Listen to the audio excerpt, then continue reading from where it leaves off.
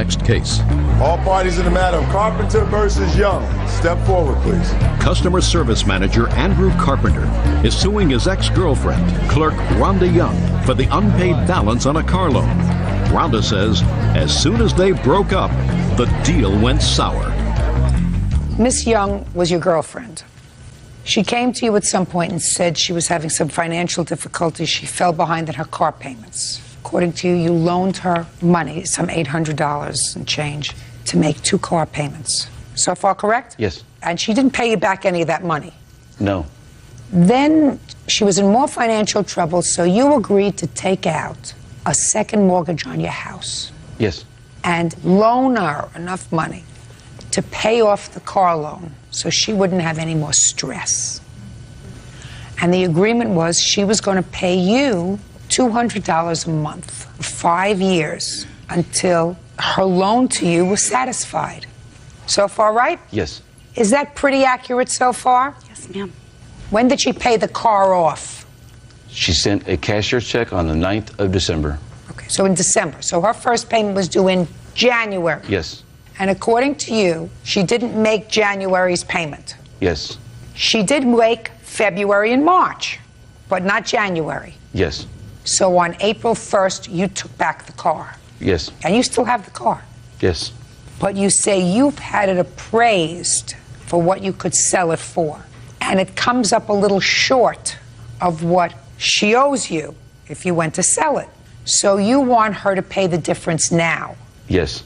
I gave her a piece of paper also stating that she could make payment arrangements and contact me on paying this difference amount, and she said, no, see you in court. Well, at this point, she's correct, sir, because you don't have fixed damages. Let us say, under the scenario that you have just outlined, I find her in breach of that contract, which enables you to take back the car. Did you make January's payment? At the time we were going to go on a ski trip, he told me not to worry about it. I went ahead and sent it. And I said, okay, are you sure? He goes, go ahead and do it like that. But, you know, I'm going to have you write me checks after that, send them to my house, and I will send it to the mortgage company. So I complied exactly what he wanted. You didn't make January's payment. You made February and March. And Yes, when ma'am. did you break up, by the way? The end of January. And you didn't take the car back in February or March? That is correct. Not until April. So let us assume that I find that she breached the agreement by not making January's payment, and you had every right to take back the car. And your plan is to sell it, right? Yes. You have to do that. You have to sell it so that the damages that you have are fixed.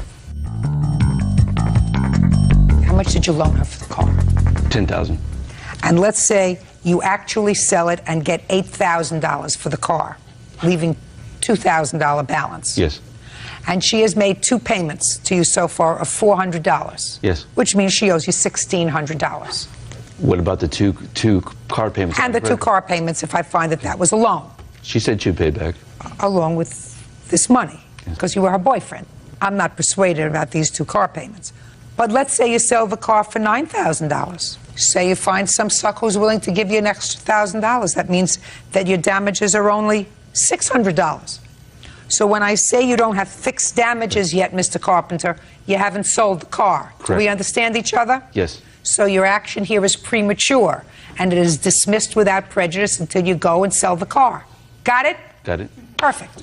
Yeah, this is case number 212 on the calendar in the matter of Bowden versus Lenore. Parties have been sworn in, Judge. You may be seated. Folks have seats. Officer Bird, would you find out if this gentleman has a medical condition that requires him to have that thing around his head? Looks like the answer is no. Thank you very much. It is your claim that the defendant firebombed your car and also cut the wires to your satellite television all over some guy. The defendant says she did no such thing and you're really crazy. I assume this is somebody that you are either with or used to be with, is that right? Used to be with.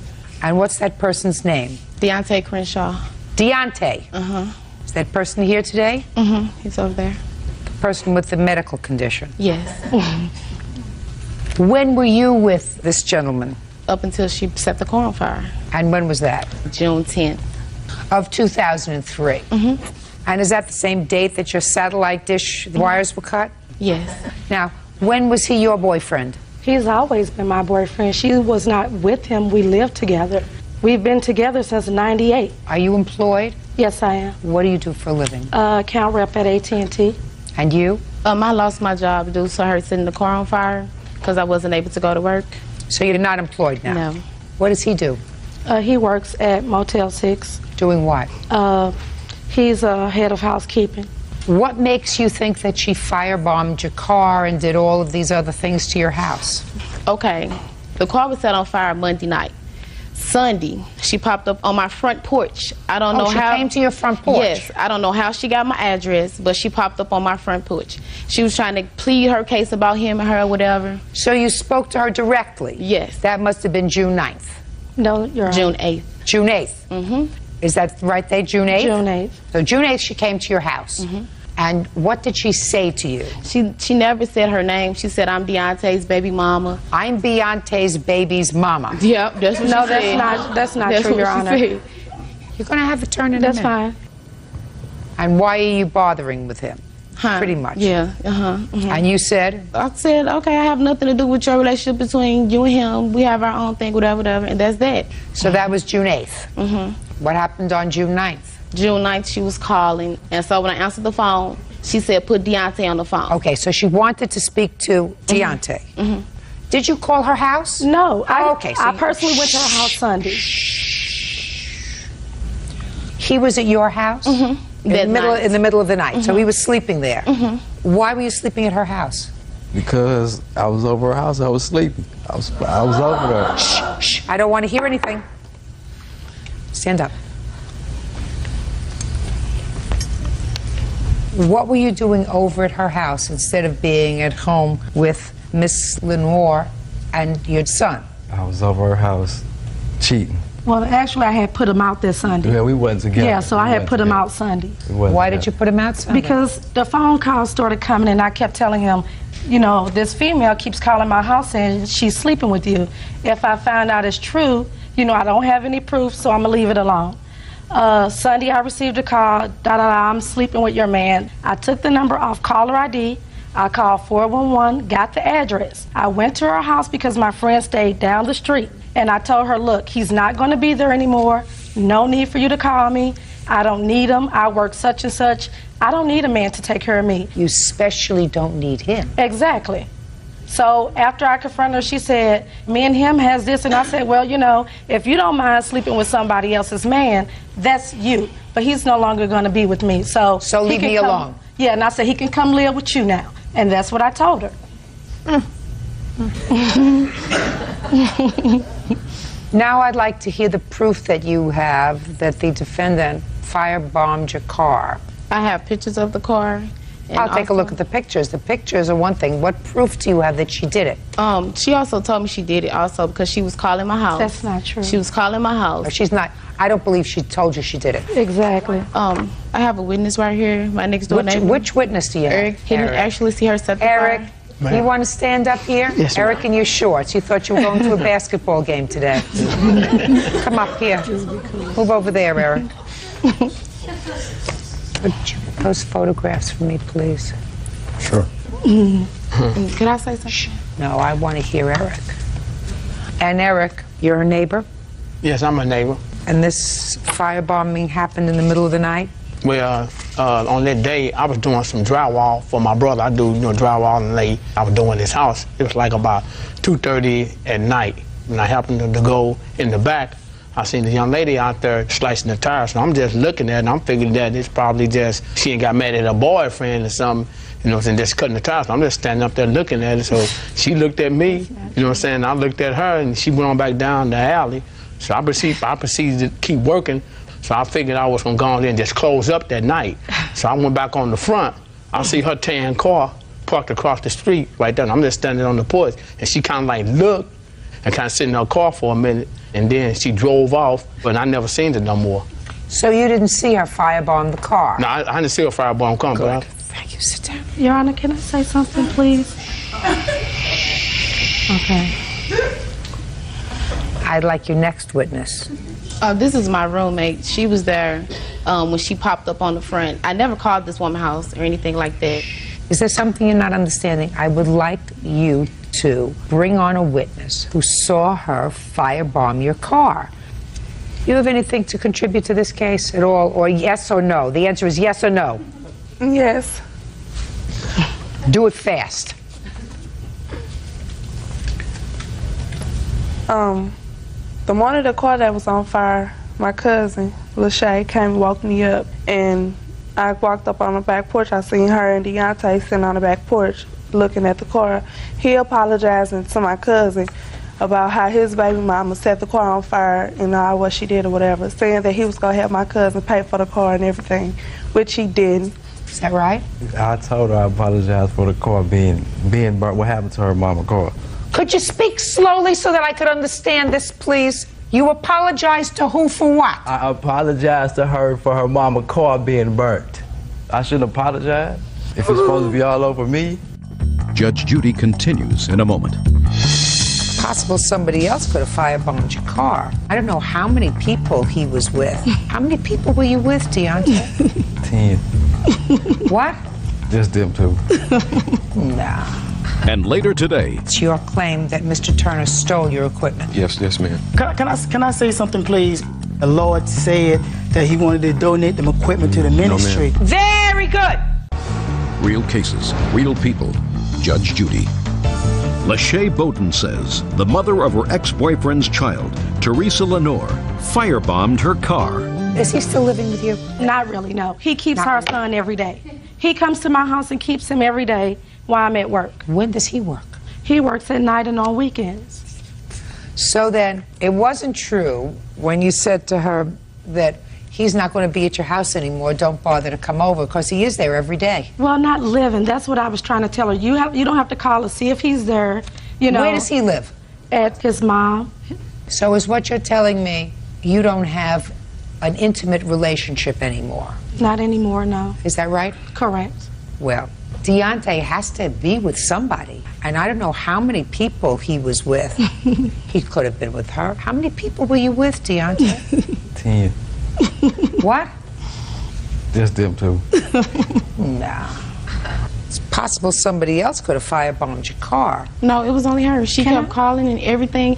She called my house when he comes to her house. After he leave my house, he goes to her house. She calls me tomorrow, Deontay is here.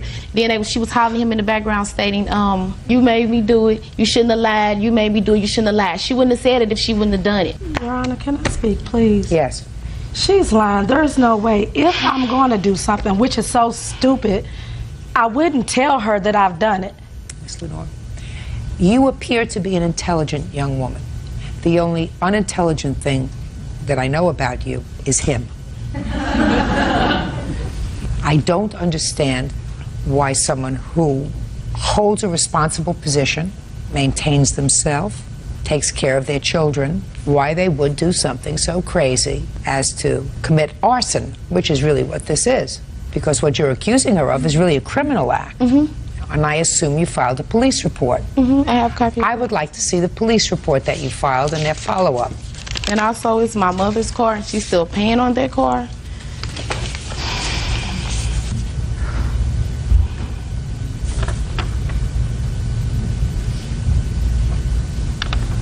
Stand up here. You. Sit down. You, up here. How long have you known the plaintiff? Well, I don't really know her. You knew her enough to come to court with her, is that right? Yeah, somebody told me that she wanted to, talk to me. Okay. And when did you tell somebody for the first time that you had witnessed somebody slashing her tires? She had came to me and said, asked me what was my name and stuff like this. I need to talk to you. I'm like, When? It was the next day. Well, this police report is interesting because the police report said that they canvassed the entire area for suspects and witnesses to no avail. He doesn't live at the apartment next door. He works on You don't have to live there. You call the police and you say, I have a witness. Right. I didn't know he said anything when I called the police. Your Honor, can I say something? Go ahead. We went to the police department and they said, this so-called witness that you say you have, if he's not, a good witness, you all are going to get in trouble for falsifying information. They asked for proof of was she harassing me. She told them I was doing all these things to her. She had no proof. They listened to my answer machine, which I tried to save. It erases after 15 days. They heard all of these threats on my answer machine from her. That day, She was held at jail. They released me. They said she had no proof. I would not do it. Well, I don't believe that there's sufficient proof to establish to my satisfaction, in any event, the allegations that you make against the defendant, that she firebombed your car, that she cut the wires on your satellite dish. It's possible that she did it. It's also possible that he's got a string of girlfriends that you know absolutely nothing about, who are just as annoyed as she was. In any event, you sound to me, Madam Miss Lenore, as if you deserve better. I don't know if you're going to look for better, but it sounds to me like you deserve somebody who is at least prepared to act responsibly. That's not him. The case is dismissed. That's all. Thank you. Parties are excused. You may step out. I think she got it basically where she deserved, which was nothing. I didn't do it, and I'm just glad it's over with. This is not going to end. This is not going to end. She started harassing me about this man. There's a problem. There's something wrong with her. And now the next case. All parties in the matter of O'Neill versus Turner. Step forward, please.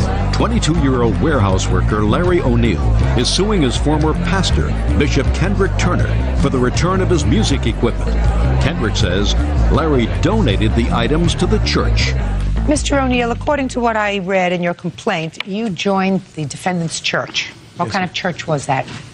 It was Joe's Outreach Temple. And did they have a formal place in which they worshipped? Yes, they worshipped in a building, and then they moved into their house. You mean their house where they lived? Yes. And you had some musical equipment Yes, ma'am. that you used and allowed the church to use. Yes, ma'am. When you decided to leave the church, you wanted your equipment back, and it's your claim that Mr. Turner stole your equipment. Mr. Turner says that you made a donation to the church, and you can't have it back. What brought you to the defendant's church? He told me that he was helping people out with music, to do music, gospel music, and I was doing gospel music at the time, and I decided to join his church for him to help me get my music put out, and he told me that he would help me with my music career. So he's a preacher and an entrepreneur. Do you help people with their music career, sir? I'm not going to say entrepreneur, but what I do is I help a lot of local gospel artists get out there. When you say get out there, you mean get out there and yes, earn money? Yes, ma'am. Being sort of like an agent? Yes, ma'am. Where did you get the equipment from, Mr. Turner? From his house, because he said that the Lord said that he wanted to donate them equipment to the ministry. Okay. Now, when did he say that, sir? It was 2003. It had to be in January, ma'am. Are you a non-for-profit organization? Yes, we are. We're tax exempt. And as of when? As of when, I do not have that. Give me a year. It was last year, 2002, when the church started. And you operate this church out of the house where you live? Ma'am, we originally... Just answer my question. Yes, ma'am. How large a house is it? What are you looking it up for? You live there. I'm not sure about the size, ma'am. How many bedrooms does it have? We have 2 bedrooms, yes, ma'am. And the church operates out of what room? Out of the front room, ma'am. Now, where do you do your agenting? What I do is I normally run ads and stuff in the paper, and I allow people to come to my home. So you do both your agenting work, sir, and your ministry work out of the front room in your house, in Yes, your ma'am. 2-bedroom house? Yes, ma'am. When was it that Mr. O'Neill made the donation? January of 2003? Yes, ma'am. And when was it that Mr. O'Neill... It wasn't January. Well, step up and tell me what date it was. You're his wife, so you probably have a better memory. It was, because I keep the records, it was January when he came into the ministry, but it was around April. It was a couple of months after that. So it was April that he made the donation? Right. Thank you. Around the end Sit of down. March. And when was it, Mr. Turner, that Mr. O'Neill asked for his property back? It was just recently ago. So that would have been about a month later. Yes, ma'am. 1 month later, he asked for it back. Yes, ma'am. Now, why, Mr. O'Neill, did you ask for your equipment back, sir? Because it belongs to me. And you were no longer interested in being part of the ministry? Yes, yes, ma'am. How old are you, Mr. O'Neill? 22 years old. Have you ever been under psychiatric care? I have supposed to been going for medical treatment. What kind of medical treatment, Mr. O'Neill? For a psychiatric problem. Are you currently taking any medication? No, ma'am. How you doing? Are you doing okay? Yeah, I'm doing pretty fine. Are you living with your parents? I'm about to start. I just moved out on my own, and my parents, I think they want me to stay with them, so I might stay back home with Okay. them. You're his father? Yes. Would you step up here for a second, Mr. O'Neill? Your No, last, baby, no. baby, go ahead. Who purchased this musical equipment for him? Well, we all purchased it together, but it was his equipment. And actually, when it left my home, I had no knowledge that it left. When are you planning on having your son come home to live He's with been you? home for the last 3 weeks right now. I have an appointment for him for psychiatric help on the 10th of this month. Okay. And I have him close to home. Very good. I'm glad to hear that. Mr. Turner, I want you to listen to me very, very carefully, Yes, sir. ma'am. 3 days from today, Mr. O'Neill and his son are coming to pick up all of his musical equipment. You will have it all ready for them. Do you understand me? Yes, ma'am. I have no problem with that, ma'am. Very good.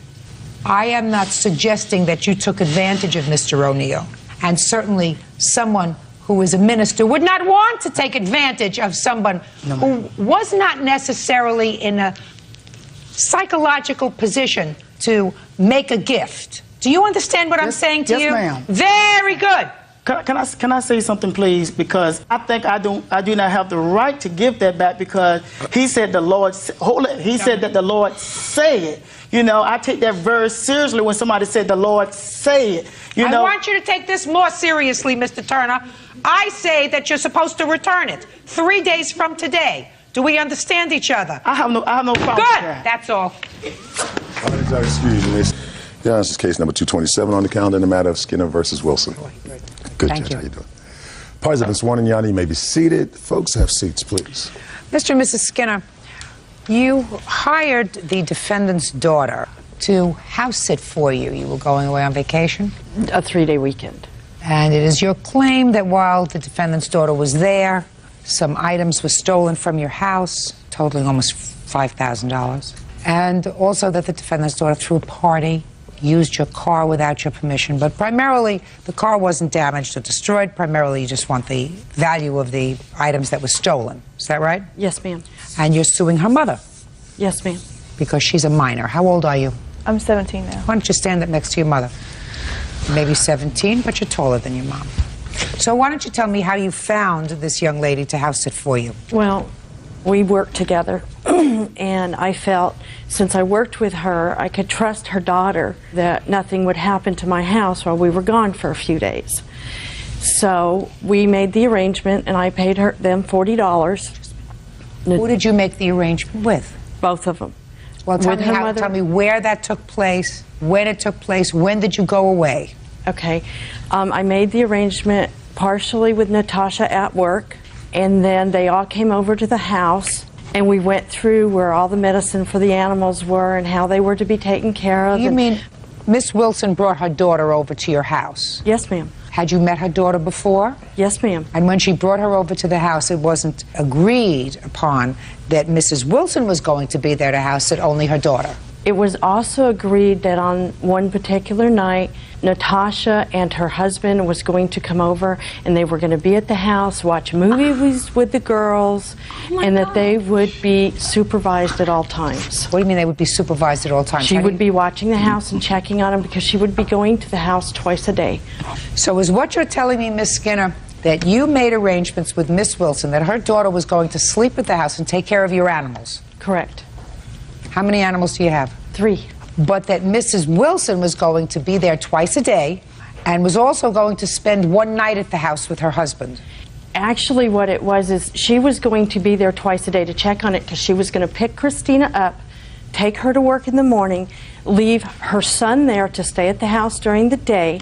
Then when Christina got off, she would take Christina back to the house, pick up her son so the house would never be empty. So she was just doing a chauffeuring service. She wasn't going there to check on the house. She was going to drop off and pick up her children who were house sitting. Right. All right, well, that's different.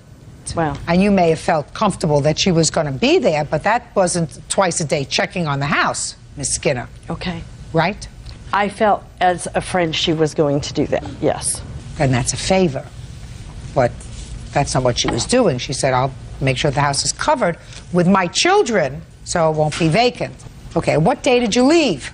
Friday, August 2nd. August 2nd. What was your arrangement with Christina with regard to friends? We had agreed so that she wouldn't be alone since she didn't know the area, that one friend could stay with her at night. That way she wouldn't be alone in a neighborhood she didn't know. Good. Is that right? Yes, ma'am. Okay. Did you have more than one friend over? Yes. How many friends did you have over, Christina? A total of 3. Including you? No, without me. I was the 4th. And what were these friends doing at your house? It was my best friend, one of my best friends, Brandy's birthday. So we picked her up and we were just sitting there watching TV and just talking. And so there were 4 of you all together? Yes, ma'am. Go ahead. I have a copy of the police report, a copy of citations that she was issued in my car at 4:15 in the morning in Arlington. What were you doing in her car, Christina? I had taken it to drive back to Arlington to pick up friends, and that was the time when I was taking Brandy and Courtney back home. What were you doing riding in her car? I used it to go pick up friends. Well, you weren't allowed to do that, right? Right. Your Honor? Yeah. May I say something? Sure. Okay. First of all, before we even agreed to this, she knew my daughter did not have a license to drive. And prior to that, I had asked her, whatever you do, please do not let her have the key. We talked about this at work, and we talked about it again once we made it to her house for everybody to meet. I didn't know until after all this happened that she had given my child the keys to her car, in case of emergency, mind you, which I understand. But she's 16. She knew. Just a second. You gave her the keys to your car? We left the keys at the house because they had the house keys and the car keys. In case of emergency, if the house was on fire, the car needed to be moved. I told her I was 15 minutes away. They were Just to say, on Miss the Wilson, kitchen table. Miss Wilson. I know. You're not suggesting to me that it's their fault that your daughter took the car. No, but... Good! I didn't think you were. No, wait a second. I didn't But they think should have known better, though. She knew she didn't have a key. She didn't have a driver's license. Miss She Wilson barely knew how to drive. She was Miss Wilson, 16. Do you see my mouth moving? Your Honor? Do you see my mouth moving? Yes, ma'am. The fact that items may have turned up missing in that house may have absolutely nothing to do with you. However, don't even suggest to me that you think in some warped way that it's her fault that your daughter got behind the wheel of a car and drove her friends around at 4 o'clock in the morning. Don't tell me it's somebody else's fault that she did the wrong thing. Just pay attention. Pay attention. It's not somebody else's fault. It's her fault. It may not be your fault, but it's her fault, not She hers. helped create the situation by giving her the key. She's 16. Who's the adult? Her or her? She should have known better. If I had somebody watching my house, I already know the story. She doesn't have a driver's license. It's 2 teenagers. Just a I am second. not You going see to this hand her table? the key. You see this table? Got it. Do you remember the title of my second book? Beauty fades, dumb is forever. That's the title. You don't get it. It's not her fault. Judge Judy continues in a moment. So what you're saying is you don't trust your daughter. You don't trust your daughter not to succumb to temptation and to do the wrong thing. Is that what you're telling me? Real cases, real people. Judge Judy. Linda and George Skinner are suing Natasha Wilson for the cost of 7 rifles. The Skinners claim the guns were stolen while Natasha's daughter was watching the house. Let's say she didn't hand her the car keys and the house keys all on one ring, but your daughter went into her dresser drawer and found the keys. You would be standing there saying to me, she should have taken her keys with her. She's a 16-year-old girl. You can't expect a 16-year-old girl to be responsible enough not to succumb to temptation and use a car. That's really what you're saying to me, right? I think is that what you're saying? Just answer me yes or no. I don't need a whole Yes. speech from you. Okay. Well, then if that's what you thought, you shouldn't have said that your daughter was responsible enough to stay in her home and be paid. Because if someone can't be trusted, I don't care if they're 10 or 12 or 14 or 16, they can't be trusted. So what you're saying is you don't trust your daughter. You don't trust your daughter not to succumb to temptation and to do the wrong thing. Is that what you're telling me? Is that the way you were brought up? Well, No, that's ma'am, unfortunate. I was not brought up that way. That's unfortunate. If you don't trust your daughter not to do the right thing, then you should not say to these people, my daughter is responsible enough to stay in your home. Because the car is one thing, but there are other things in the home. There were 3 animals there, and if she's not responsible enough not to use a car that she's not been given permission to use, she's not responsible enough to make sure that 3 animals are taken care of. So that if you had some idea that your daughter was irresponsible, you should have told her, I'm sorry, my 16-year-old daughter is not responsible. I will not allow her to stay in your home. You didn't say that. You led her to believe your daughter was responsible enough to oversee. But there were conditions to that, though. I'm speaking. Was responsible enough to oversee her home and her dogs. That still doesn't make you liable. All I'm doing now is giving you a hard time because you don't get it through your head that it's not her fault, but her fault. We understand each other? Good. Now we understand each other. Now, you also found that other items were missing. Yes, ma'am. Is that right? Yes, ma'am. Items were missing, such as some rifles. Yes, ma'am. And a whole bunch of other stuff. Yes, ma'am. She's not responsible. She's responsible, but she's a minor. Correct. You have the ability to select someone responsible to take care of your home. And if you selected her, and if something happened in your home, you can't say her parents are responsible. You can't. I would just like to for you to see this, to give you an idea that how long she had somebody in our home. I don't care. She knew she did the wrong thing. This isn't somebody who's saying to me, I thought I could use it, that it was okay. She knew she did the wrong thing. Only her mother's making excuses. But her mother is not responsible for what she stole, or her friend stole, or somebody else took from the house when she left the house open, when she took her friends home at 4 o'clock in the morning. Her mother's not responsible. And under the law, you can't collect any money from her. So what you have to do, and what everybody has to do, if they decide to leave their home and entrust their home to somebody, you make sure that person is not a minor, so if things come up missing, you have somebody to sue, but you can't say, listen, I have to blame somebody. You have to blame yourself. She's a teenager, and when you leave teenagers in a house, unsupervised, 24 hours a day, trouble happens. I remember leaving my teenage children in a house, and we were just gone for an overnight, and these were not babies, and getting a call that there was a huge party. What kind of party? 35 people in a party. You don't do that. When you leave teenagers in the house, you never know what happens. When they have an empty house, it's party time. You know, the word goes out over the waves. Now they goes over internet. Party time. Bottom line is, you didn't hire her, nor did you pay her. The only arrangement that you had with Miss Wilson was she was going to drop off and pick up her children so that the house would be covered all the time by her children. You have a responsibility to select the right people to take care of your house. If you don't blame somebody else. Actually, I paid Natasha. Did you pay her to give to her children? Or did you just give her the money? I gave her the money to do... Ms. Skinner, you're pressing it. She was not in charge of your house. Her 16-year-old daughter was in charge of your house. That's who you left in charge of your home. Yes. And if you chose to do that, and if she did the wrong thing, her mother is not responsible. You can't sue her. And she's not legally responsible. Your case is dismissed. That's all. Parties are excused. You may step out.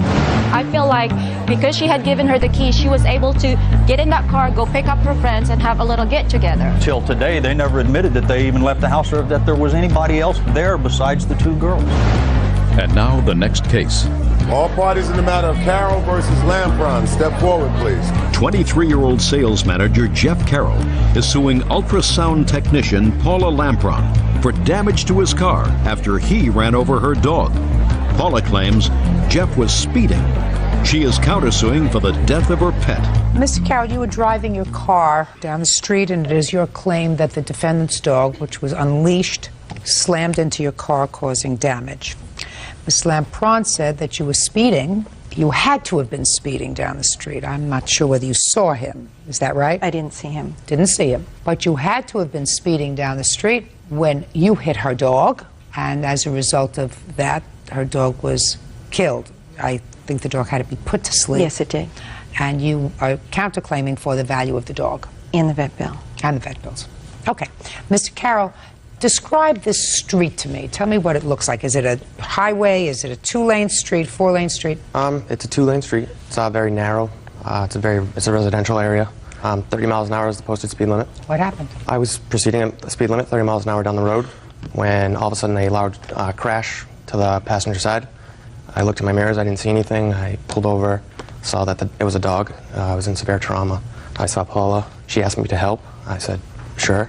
We helped get the dog into the truck. Into whose truck? Into the back of her truck. The dog what kind of a dog was this? A golden retriever. We got the dog loaded up, and she proceeded to the animal hospital. And what happened to the animal hospital? And the veterinarian helped me get it out of the truck. He said the injury was extremely severe and he would do anything he could to save her. He called me and told me that there'd be no chance of her recovery, and she was What in was she severe doing without a pain. leash, Miss Lampron?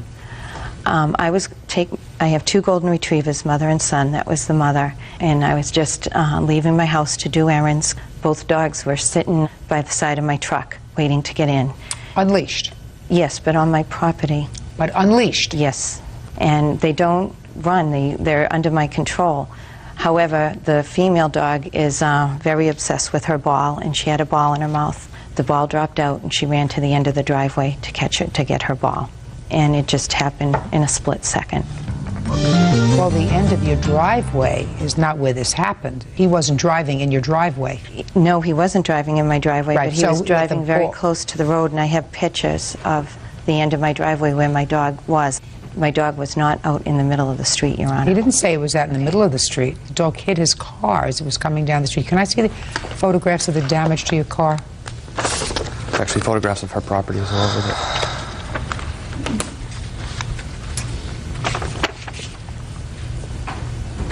What kind of car is this, sir? It's a Toyota Supra, What year? 1993,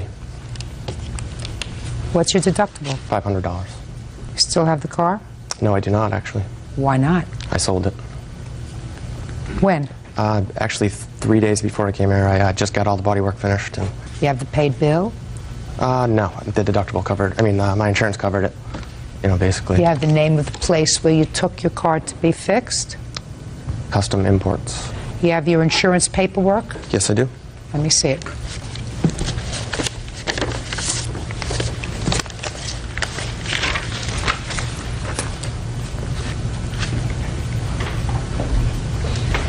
How much did you sell the car for? $20,000. $20,000? They don't make the car anymore. It's it had a lot of additions to the car. It wasn't stock. When did you purchase the car? 2 years ago. And how much did you pay for the car? $17,000. So you made $3,000 on the car. Not really. I put a lot more into it over the 2 years. This is an estimate, is that right? No, that's what I got from my insurance company. Okay. Custom imports. Mm-hmm. And that's where you took the car to be fixed? Yes. You know anybody who works there? Yep. Tori is who I deal with. And in what month did you have this car fixed? It was April. What made you wait from January to April? I had to save some money. And so you actually paid the $500 deductible? Yes, I did. And who did you pay that to? To the custom imports. And how did you pay them? Cash. Really? You gave them cash?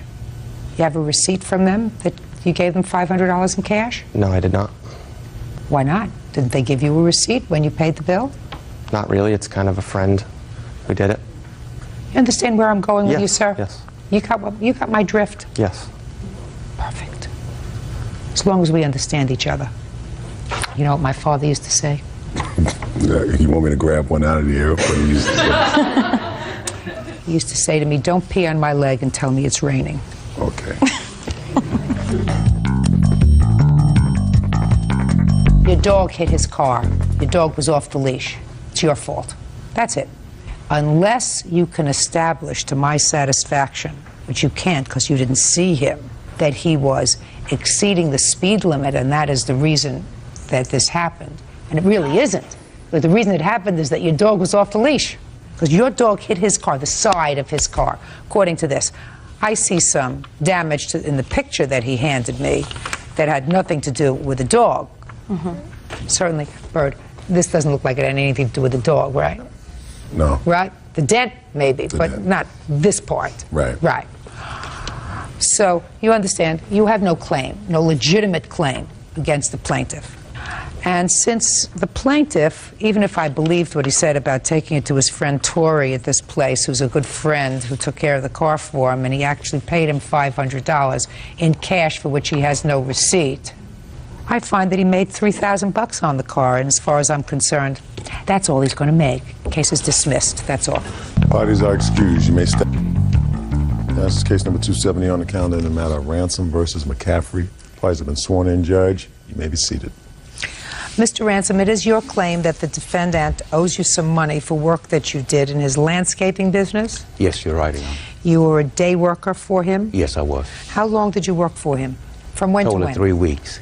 And how much were you supposed to be paid? I was supposed to be paid $9 an hour. How much money do you claim he owes you? He owes me for 39 hours plus $25 that he didn't pay me from the previous week. Okay. Then you also say that when you tried to collect the money, Mr. McCaffrey called the house where you were living, and you're living in a clean and sober home environment? Yes, I am. You formerly had a drug or alcohol problem? Yes, I did. What kind of problem was it? It was a cocaine problem, Your Honor, and at the time I felt that I needed help. I was clean and sober at the time that I did put myself into the program, and because I want to stay clean. And so, how long had you been there? I've been there now a total of 3.5 months. How long were you there when you went to work for Mr. McCaffrey? I was there for about a month and a half. And it is your claim that when you tried to collect this money that you claim Mr. McCaffrey owes you, Mr. McCaffrey called the home where you were living and spoke to the director there and slandered you. He did that. Okay. Mr. McCaffrey says the following, that he paid you everything that he owed you, and he's kept the record of that, and that he never slandered you to anybody. Is that right, sir? Your Honor, he is owed money. I have a check for his final pay. Okay. And I called to get an address to mail the check.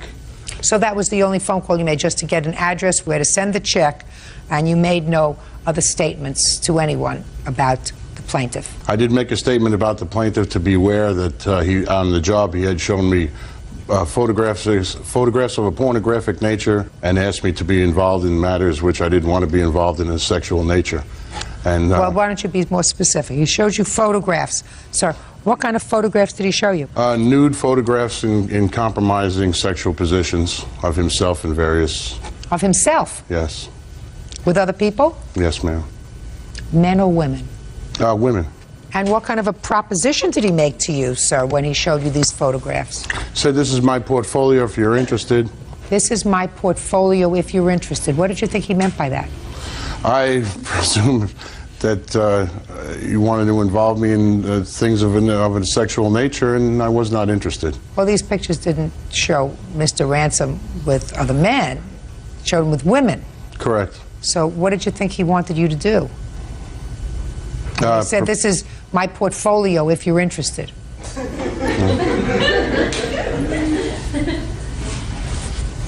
I'm serious. I'm absolutely serious, too. I don't know what his entire intent was, and he didn't explain that, but I know it's something I didn't want to get involved in. Mr. Ransom. Yes, ma'am. Did you ever show him any photographs that were funny? No, ma'am, I have not. And you have a check for how much for him, Mr. McCaffrey? I have a check for $25. What about the 39 hours that he claims you owe him? Some of those, I have a journal which I kept, and I did pay him in cash. I wanted to pay in check. He insisted on having cash. I did pay what cash I could. There are some days that he claimed that he worked that we didn't work because the dump wasn't open.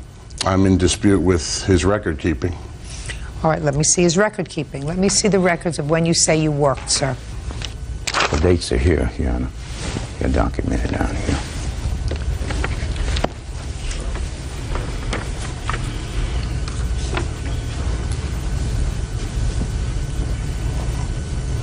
I see where he says he worked 12 hours on August 11th, 9 hours on August 10th, 9 hours on August. I have flagged the 8th, the 9th, the 10th, which was a Sunday, and there's no dump open, and the 11th right here in my journal. Okay. And that was the 11th was his last day of work? No, I don't think so. It could have been the 12th, but he left early that day, and there was an argument that day, and he took the bus home. Left, right? The last record I have of a cash payment was on the 11th. Well, if you listen to me, Mr. McCaffrey, you say you kept accurate records of these cash payments. Now you tell me that you had an argument with him on the 12th. The 11th couldn't have been his last day because you didn't pay him on the day that you had the argument with him when he left. So that couldn't have been the 11th because the 11th you said you paid him, according to your note to yourself, in cash. I agree, absolutely. That's the last time, but I can't say for sure if the Tuesday was the last day or if there was a day lapsed in between that because I don't have any entries after that. So clearly there was several hours that he did work for you that are unaccounted for in your journal. Right. Right, they could. Well, how many hours? Was it 8 hours? Was it 7 hours? No, he showed up in the morning and I showed up later with another fella and another friend of mine. This would have been about 10 or 11 o'clock, and I came to find there was a broken chainsaw on the job. I asked who did it, and that's where our argument ensued. Okay. Mr. Ransom. Yes, ma'am. Let's move away from the hourly work that you say you're entitled to. I think that it's probably someplace in between. All right. Your primary accusation is for this slander that you say. Do you have any witnesses to this slander, Yes, sir? yes, Your Honor. I do have the assistant directors here. What's that person's name? Carol Martinez. Ms. Martinez? Yes, she is the person that received the call.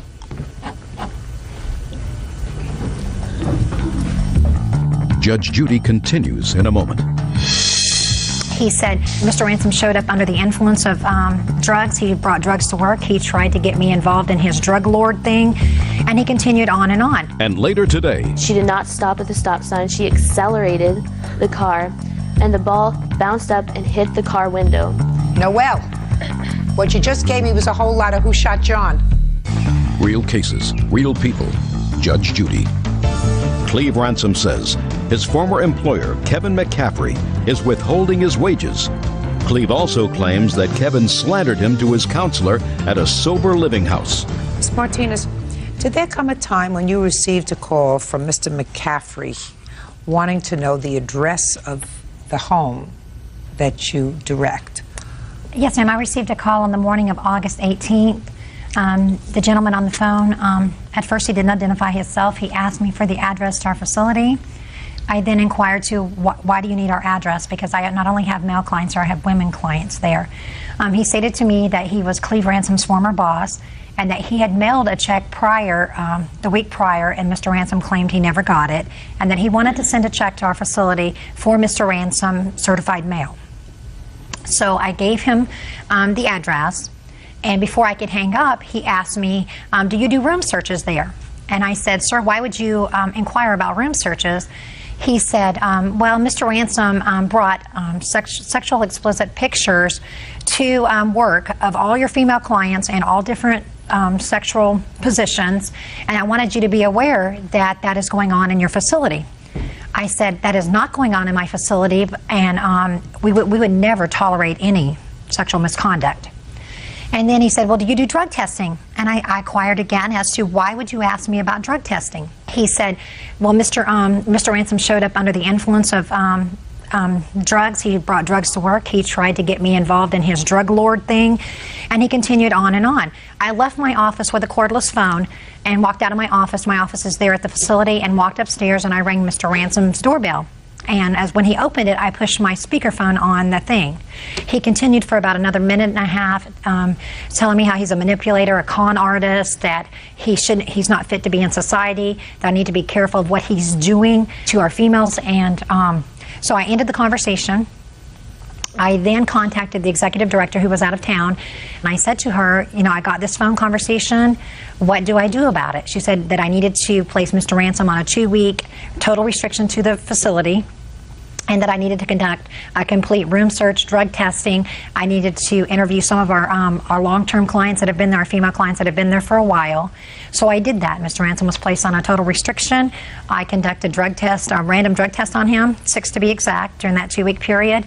And I did a complete room search of his room 3 different occasions. I never found any photographs. He passed every single drug test, and Mr. Ransom never received anything certified mail from Mr. McCaffrey.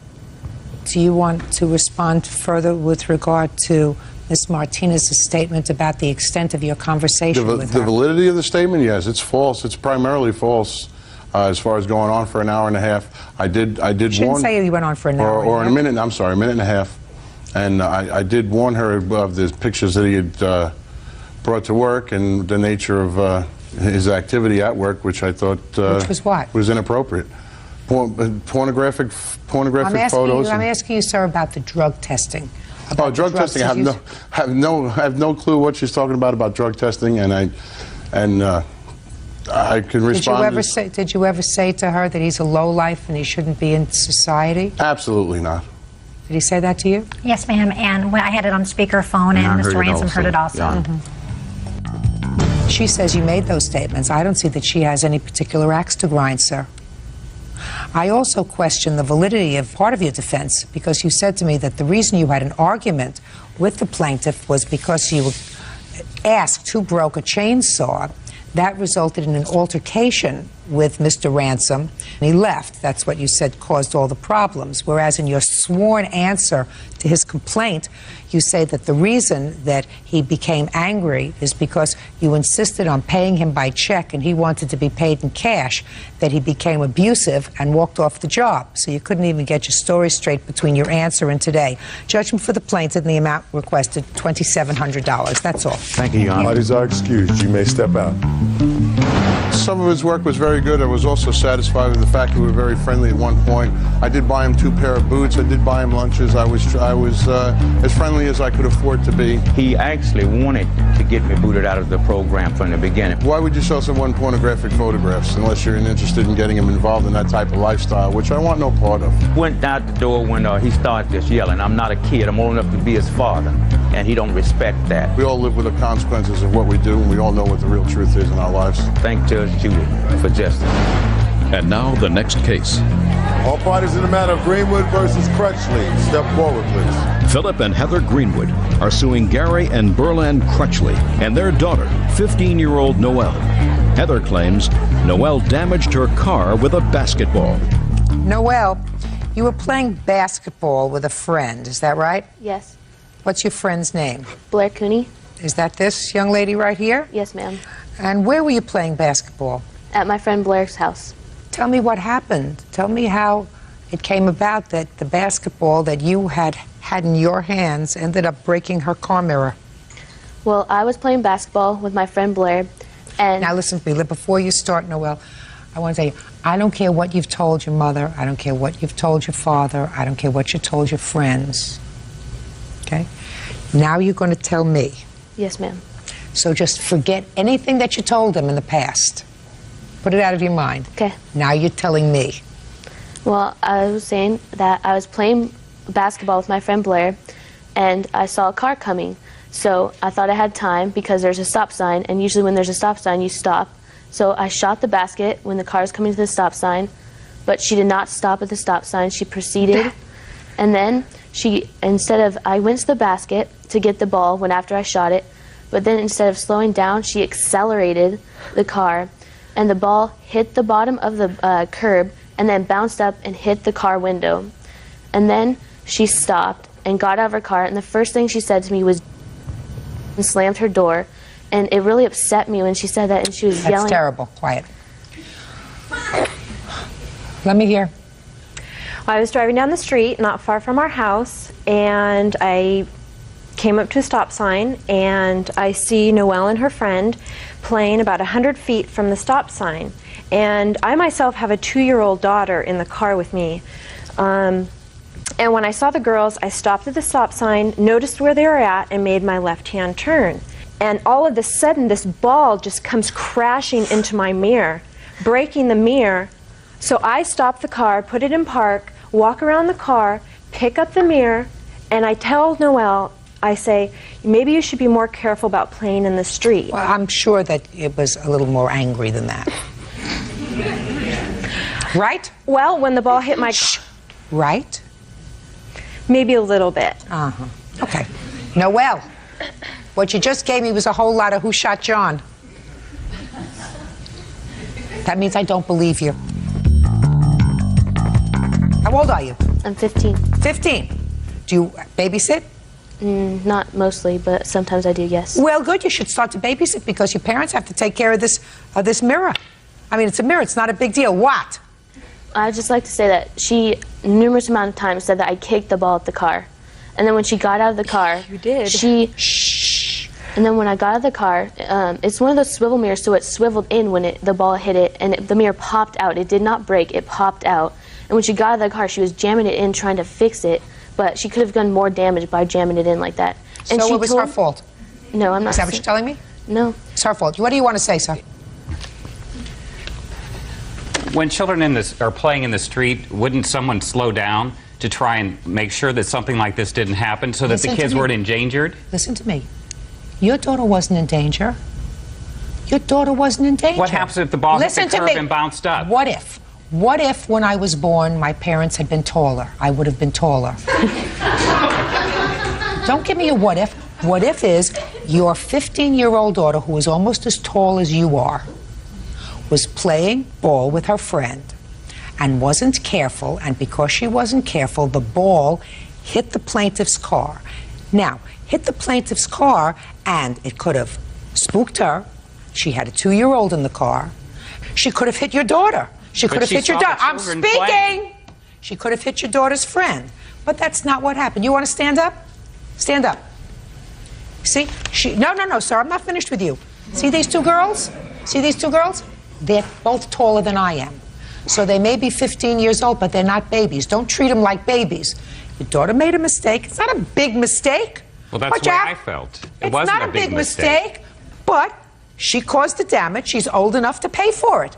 We never saw a bill. We never once saw anything that proved that this mirror was broken other than it fell off. Just a second, Mr. Crutchley. When she first called you and you said you'd get back to her, did you then, you or your wife, tell her you lost her number? No. Who told you they lost your phone number? He did. And did you get right back to her? No, I did not.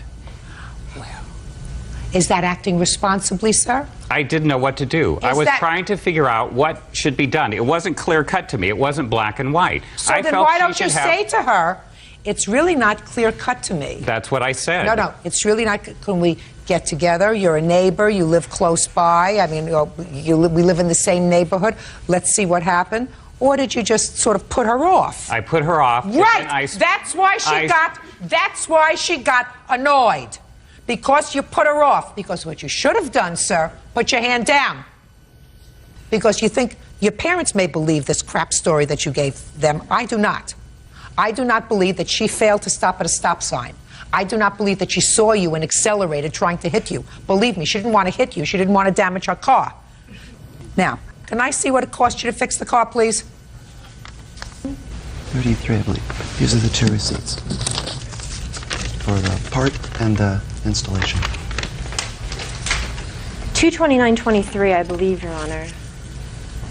Yeah, this is case number 356 on the calendar in the matter of Davis versus Peach. Parties have been sworn in, Judge. You may be seated. Miss Davis, according to what I read, you hired Mr. Peach to do some cement work at your house. And it is your claim that he was discharged by you for cause, and that when he left a whole pile of debris there, which caused you to fall, which caused you to injure yourself, and you want him to pay for all of your medical bills, your pain and suffering as a result of falling on your own property. Yes. Mr. Peach says that he was discharged for no reason. He's counterclaiming for breach of contract. So first I'd like to see the contract, and then I'd like to see a picture of your house. Okay. Your Honor, I did not get a contract. I got an invoice. That's all I ever got. I never got the contract. I asked him for it repeatedly. You have a copy of the contract, sir. But I never got a contract. So I will give you what he gave me. I'm sorry. Pictures? Pictures. All right.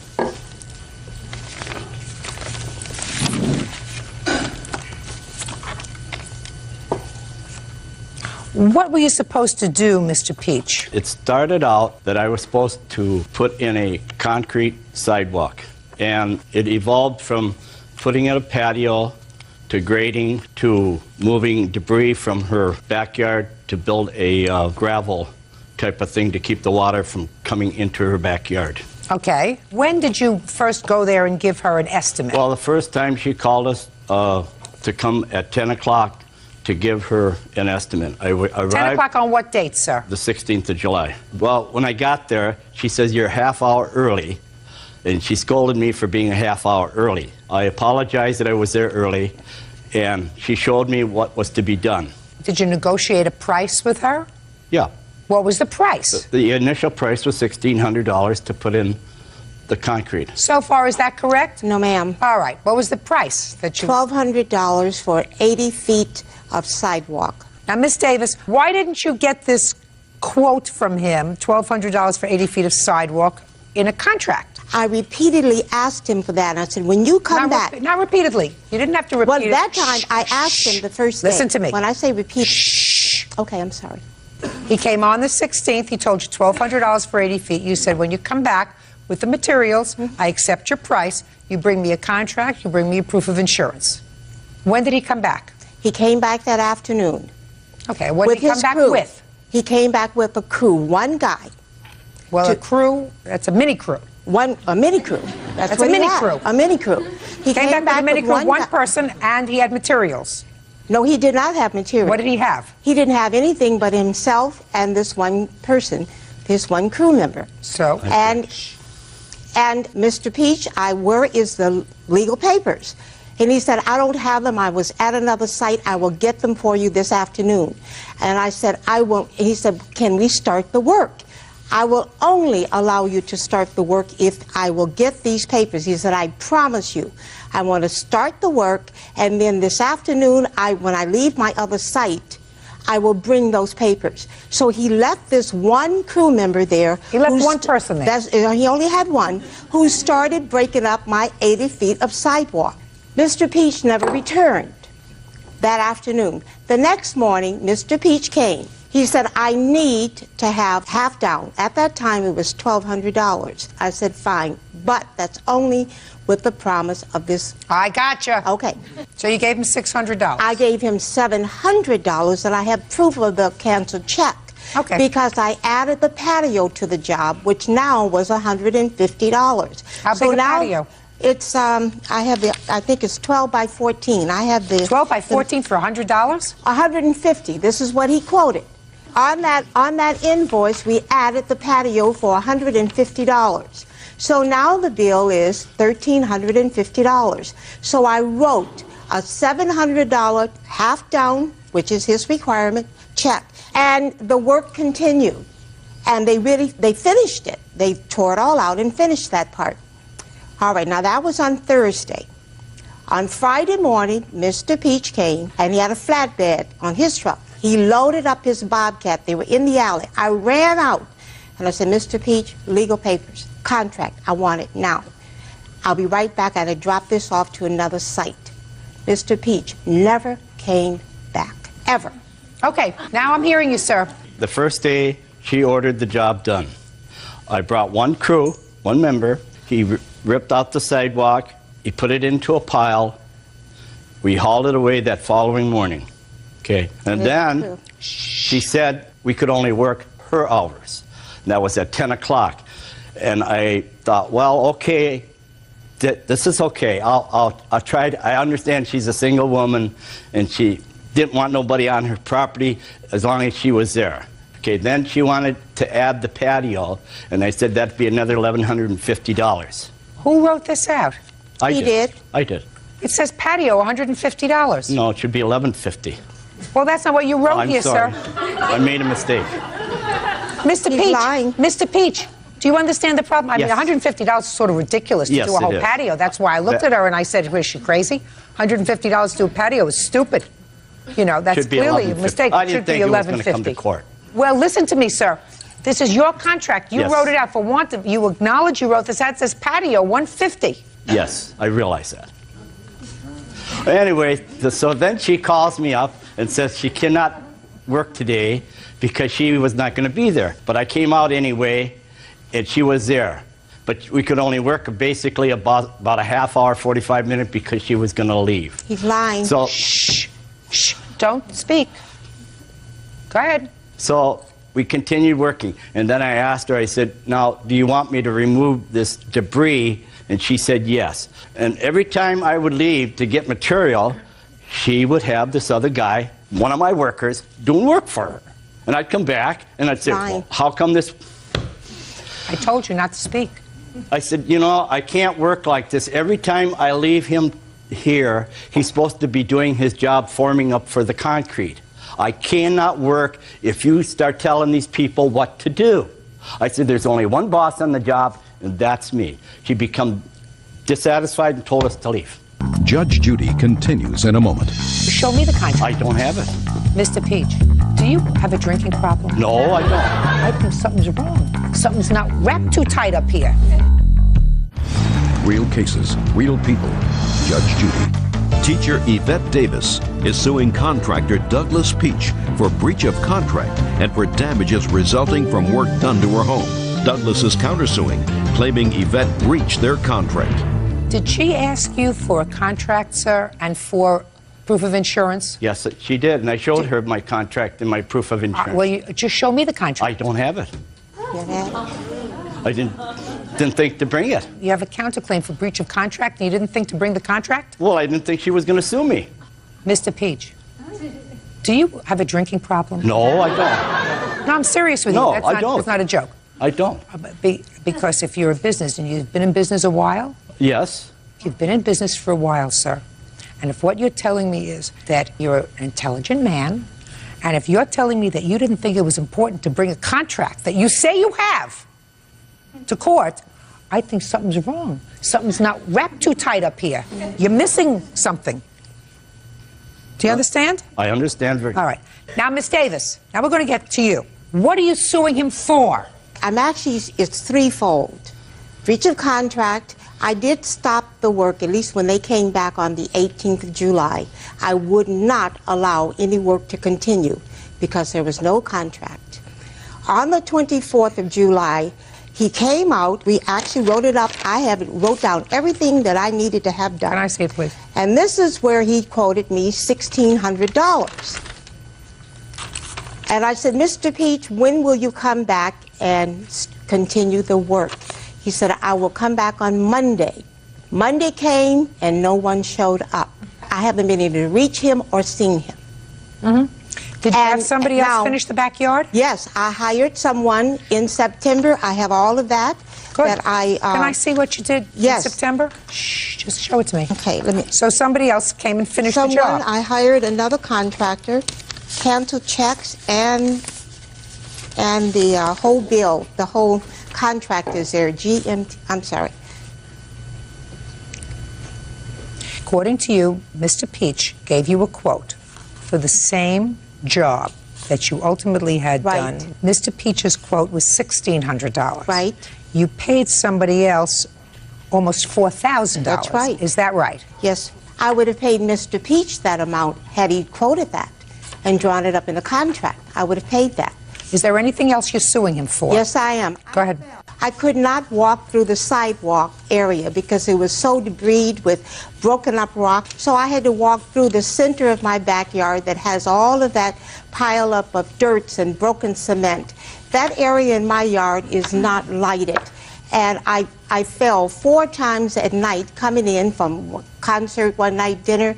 The 4th fall, I fell on my ulnar nerve, and I have a damaged nerve in this hand. So for a month and a half, I have been dropping hot pans of water and grease. It's not his fault. I know, but I'm saying I have a damage. It's not his fault. I have a damaged nerve because of the fall. It's not his fault. But he left all that debris in my yard. Not his fault. And he drug out all the rocks. Not his fault. What's the nature of your I'm speaking. What's the nature of your disability while you are not working? I became very ill in October 1996 with necrotitis and pancreatitis, and I spent 4.5 years in the hospital dying. And I am recovering from all of the So you haven't worked since surgeries. 1996? I haven't worked since October 96. Okay, fine. So I was always available when Mr. Peach could come out and work. Miss Davis, I wanted to start. Miss Davis, listen to me. You're not an unintelligent woman. And if you knew a job was worth $4,000 and somebody says that they're going to do it for you for $1,600, a red flag ought to go off in your head and say, something's wrong here. Either this man is drinking something, smoking something, or is not wrapped too tight. But he's certainly not going to work in my house because this job is not a $1,600 job. This job is thousands. So there's something wrong. I could understand why you wanted to have a contract.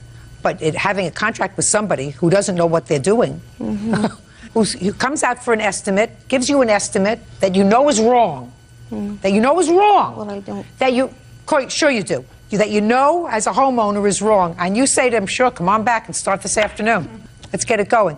So I blame you because you are an intelligent woman and you should have known this was a big mistake. So my only question is, since you do not really have a contract with him, I have to make a determination whether you are entitled to any portion of your $700 back. You did, in fact, give him $700. Yes, I did. He did, in fact, work there for at least 2 days. So he gets 2 days' pay. The only 2 days' pay he's going to get is the $700 he's already got. Do you understand, Yes, sir? I do. You have a counterclaim for breach of contract.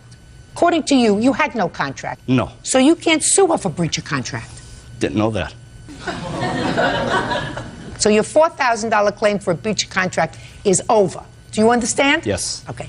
And it's unfortunate that you fell in your backyard, madam. If you fell in your backyard and if you weren't careful, then that's your problem. He's not responsible for that. Careful. All right. $700 is what you paid.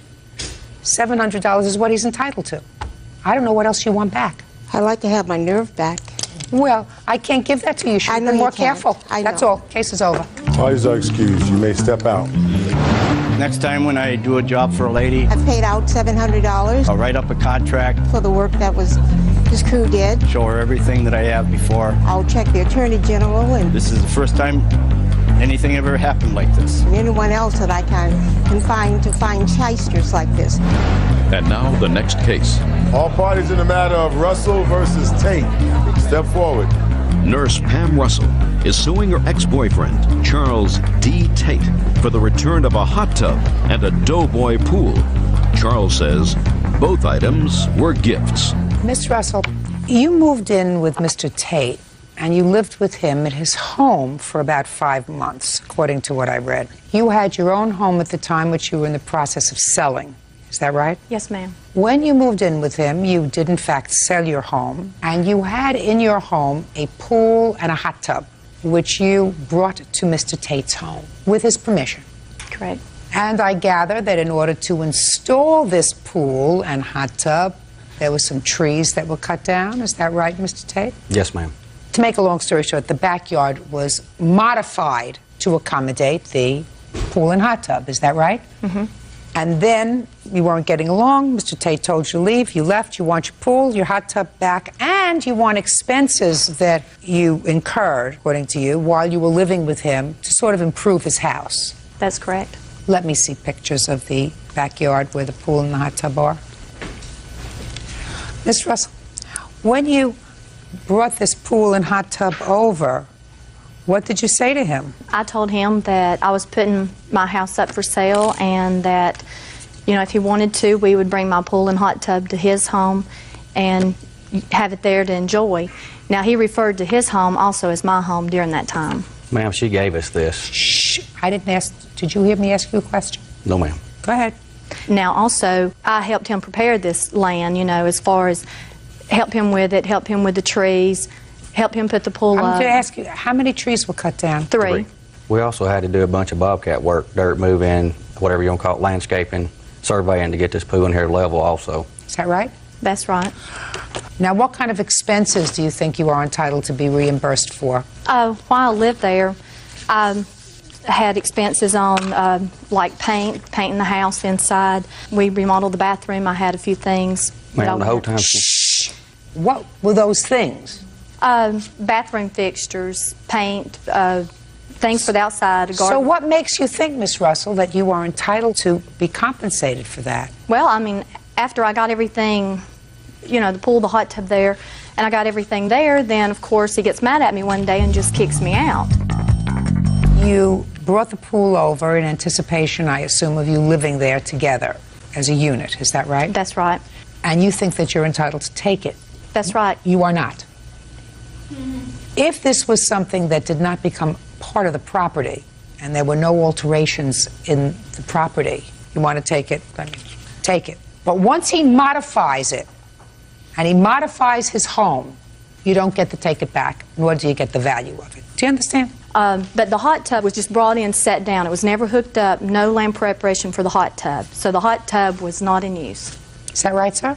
Well, we actually did get it hooked up, but we never right? did get to use it. Okay, you don't mind if she takes the hot tub if she wants to, do you? No, ma'am. Great, you can come pick up the hot tub. When do you want to go pick up the hot tub?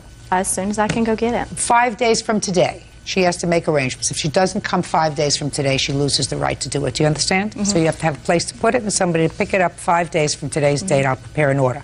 Next, So things that you purchased for the house, you don't get reimbursed for. This was not a loan that you made to him. These were improvements that you contributed to while you were living in the house in anticipation that you were going to stay there. But you don't get compensated for that if it doesn't work out. That's why people get married. You see, if you get married and you make improvements to a house, then you have some vested interest in it because the law recognizes the state of marriage. The law does not recognize the state of living together or almost married or doing a test run. Do you understand? You don't have a case, Miss Russell. Sorry. We'll prepare the order with regard to the hot tub. Thank you. That's all. Thank you. Parties number 332 on the calendar in the matter of Ramos versus Lowry. Parties have been sworn in. You may be seated. Ms. Ramos, Mr. Lowry is your former boyfriend. You also have a child together. Yes. Your claim is that he owes you for some child support and also for some old loans before you separated. Yes. Mr. Lowry says that he doesn't owe you anything and you should really just move on. So I have some questions for you because I do have a question about this back child support. According to your complaint, you had made an arrangement with Mr. Lowry and he was paying a certain amount in child support. How much were you paying, sir? For the first, I believe it was 2 months or 3 months, it was $800. That was for child support and whatever I owed her, and whatever you owed her for what? For the phone bill, that was pretty much it. And then I dropped it down to $600, and then I was gonna lose my job. Why were you losing your job? Because I was relocating. So it was voluntary. You weren't going to lose your job. You were quitting. Yeah. Why were you hesitating? I mean, well, I want to know whether you got let go, or either you were fired, the company went out of business, or you decided that you wanted another career opportunity. I would just work, exactly. I wanted another career opportunity. What kind of work had you been doing? Sales. Okay. Then what kind of job were you going to? Sales. Same job, different jurisdiction? Exactly. Okay. How long were you out of work? 2.5 months. Why were you out of work so long? Because I was getting everything situated down here so I could move up to Vegas and whatnot, and so... Well, just a second. I don't understand, sir. Why did it take you 2.5 months to do that? Things were going on with the company that I was working for that was hurting me, so I voluntarily left that job. How was it voluntarily hurting you? It wasn't the job for me, pretty much, you know, so I stopped working there. So you stopped working voluntarily. Now, at the time you stopped working voluntarily for these 2 months, how much had you been immediately preceding that giving Miss Ramos for your son? I was giving her up to $600 a month. How much? $475 right before he 1 month before. Oh, it's fine. This is going to work to your favor. Yeah, I wouldn't. exactly. I wouldn't argue with her. I'm not arguing. I'm just saying I knew I was going to lose my job. Then I had asked her, look, instead of taking Dominic to the babysitter, since I'm not going to be working, I'll be able to help you out a lot more during the daytime while she's working, take care of my son, see him every day. No, Mr. Lowry. That's all very nice. You have responsibility. You can't take a 2 month. You can't take a 2 month vacation from your job. I wasn't. You can't. Yes, you were. You would take a 2 month vacation. All right. And then what happened is you went to the family court, and you got a support order against Mr. Lowry, and they said for the 2 months that he didn't give you any money. It was a little more than 2 months. I'm sorry. How many months? It was from April to August. He didn't give you any money in April? No money April, no money May, no money June, no money July, no money August. 5 months. Well, what took you 5 months? Well, I was asking her if I could, instead of giving her $600 or $475 a month, since I'm not working, can I work it out some other way, like taking care of him instead of having the babysitter take care of him? You already said that, and I already said to you that was the 2 months that you weren't working, Mr. Lowry. Yeah, but it wasn't allowed to me. Shh, listen to me. She was right. You don't take a vacation for 2 months and say, I'll babysit. Child has a routine. Child goes to a babysitter, goes to a daycare facility, goes to something else. As a parent, you could do that. You can take 2 months off. I don't care if you take off from today until next Tisha B'Av. Exactly. As long as you don't have children to support.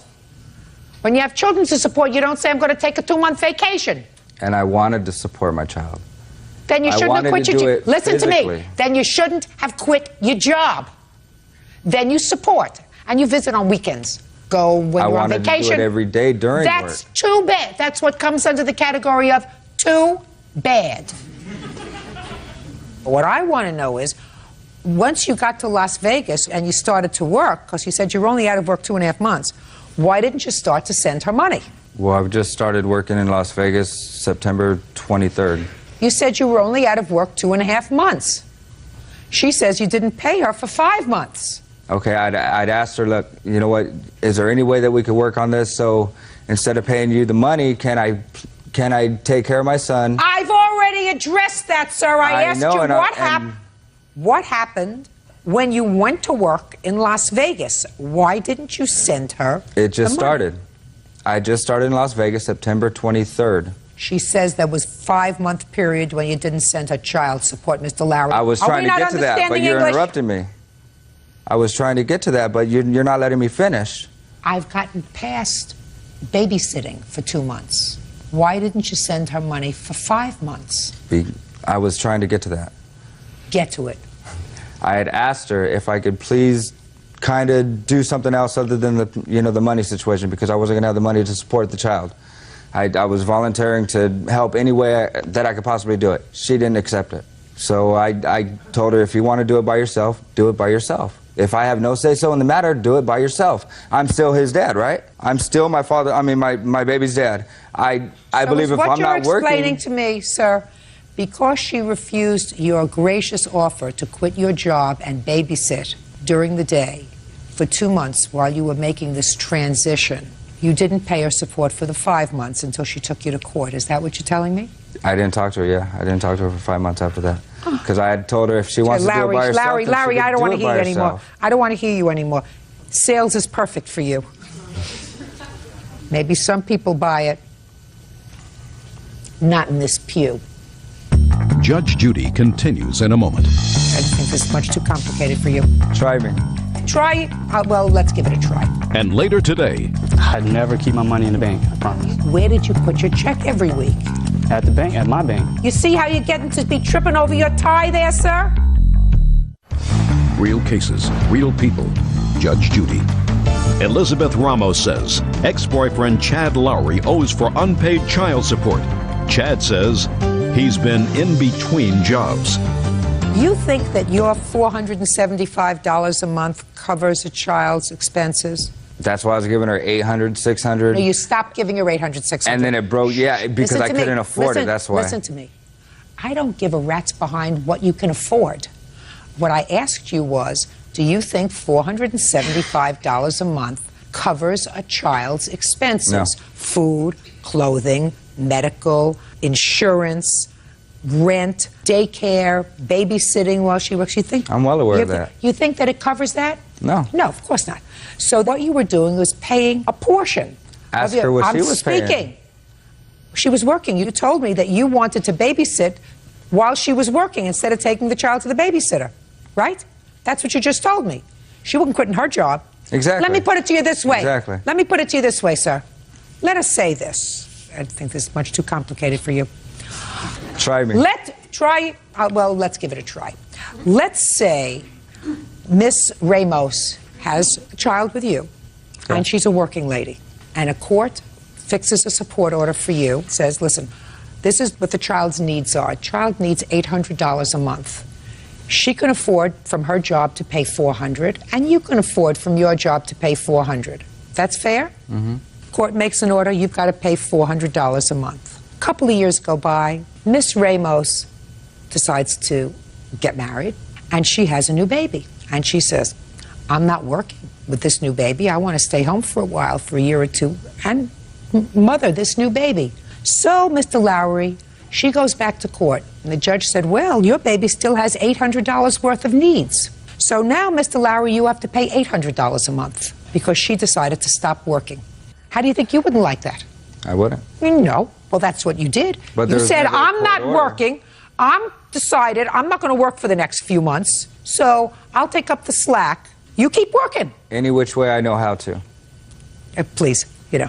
If I don't have no money, what else can I do? As I said, sales is wonderful for you. Miss Ramos, you haven't said much, but let me tell you this. You've also got a lot of other things.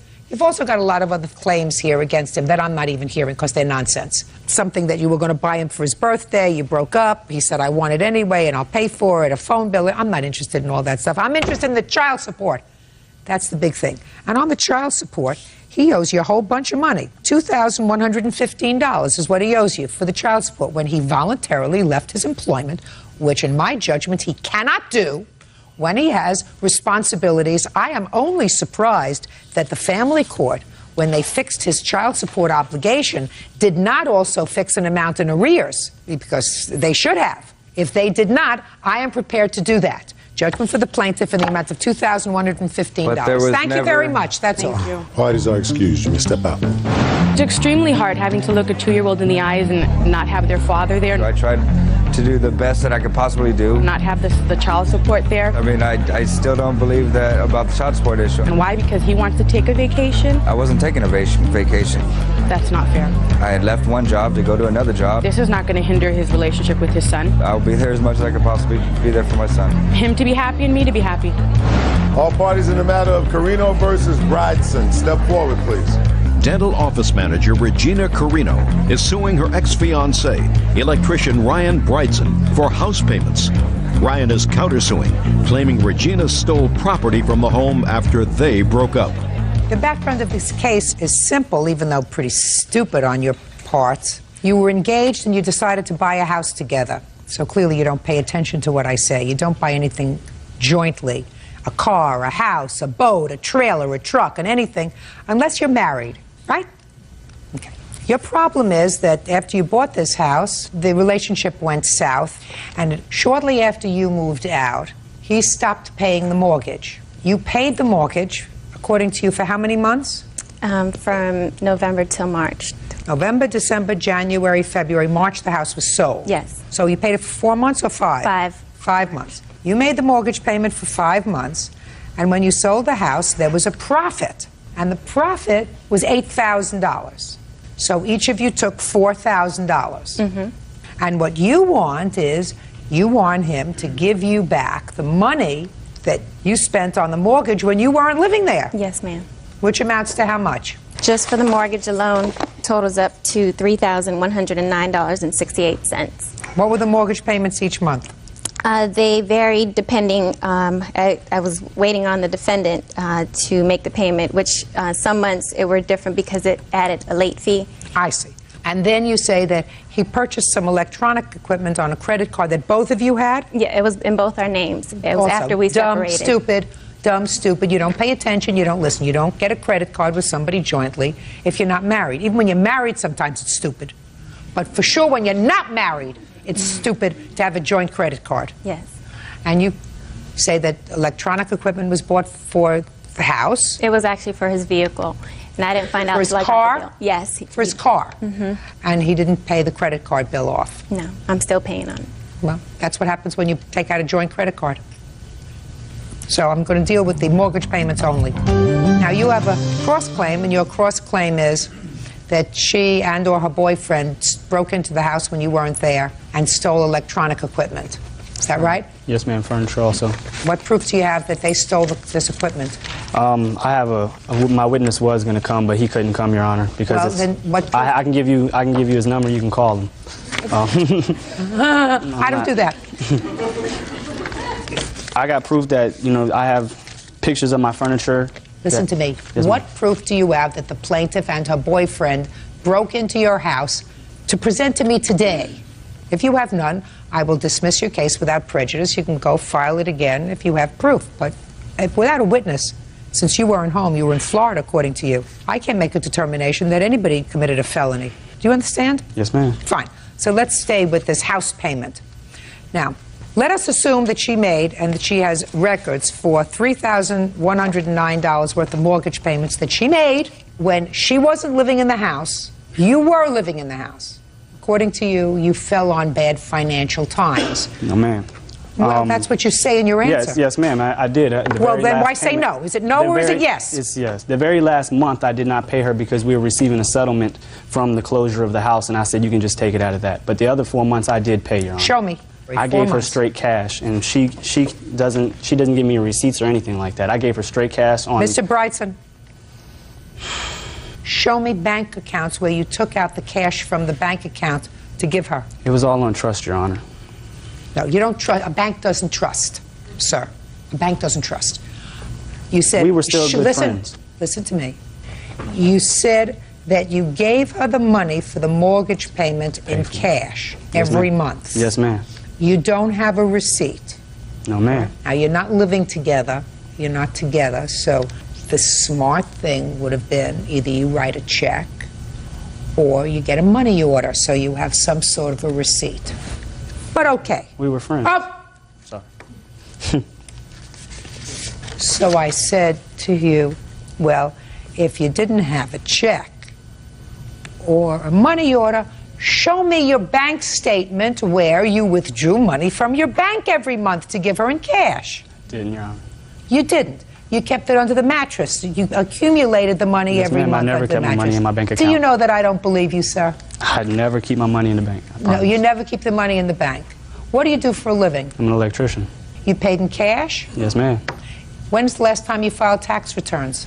Last year. What did you say you earned last year? 32 grand. And were you working for yourself or you working for somebody else? Working for a company. What's the name of the company? Electric. And Electric paid you in cash? No, ma'am. Electric paid you by check. Yes, ma'am. So if Electric paid you by check, where did you put your check every week? I went and cashed it and I put it in my pocket. Where did you cash it? At the bank, at my bank. You see how you're getting to be tripping over your tie there, sir? So you have a bank. Yes, ma'am. But I don't put money in the bank. I use it to cash my check. They don't cash your check, sir, unless you keep money in the bank. $5.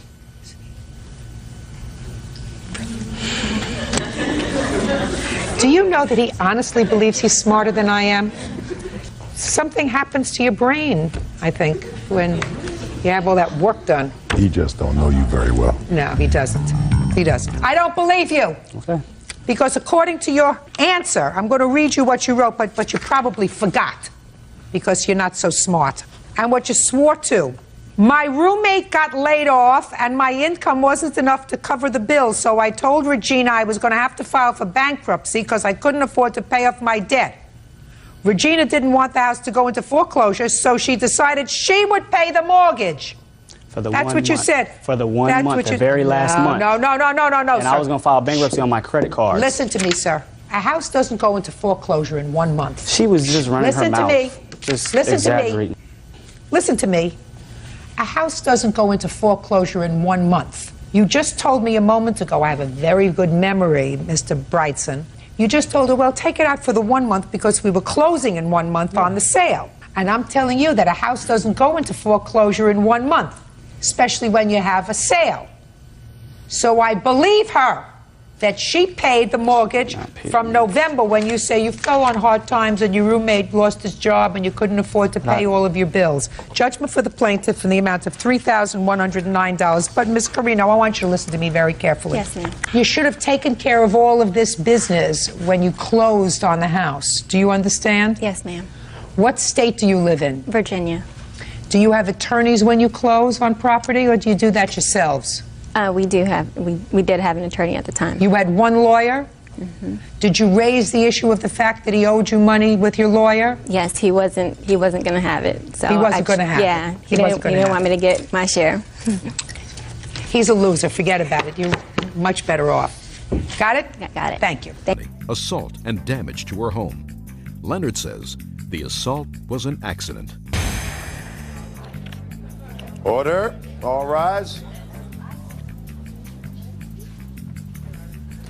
Yeah, this is case number 496 on the calendar in the matter of Wade versus Wade. Parties have been sworn in, Judge. You may be seated, sir. Have a seat. Mrs. Wade, how long were you married to the defendant? Approximately 5 years. We were together 10 years. And how long have you been divorced now? 11 years. Have children together? Yes, we do. How many? 2. How old are they?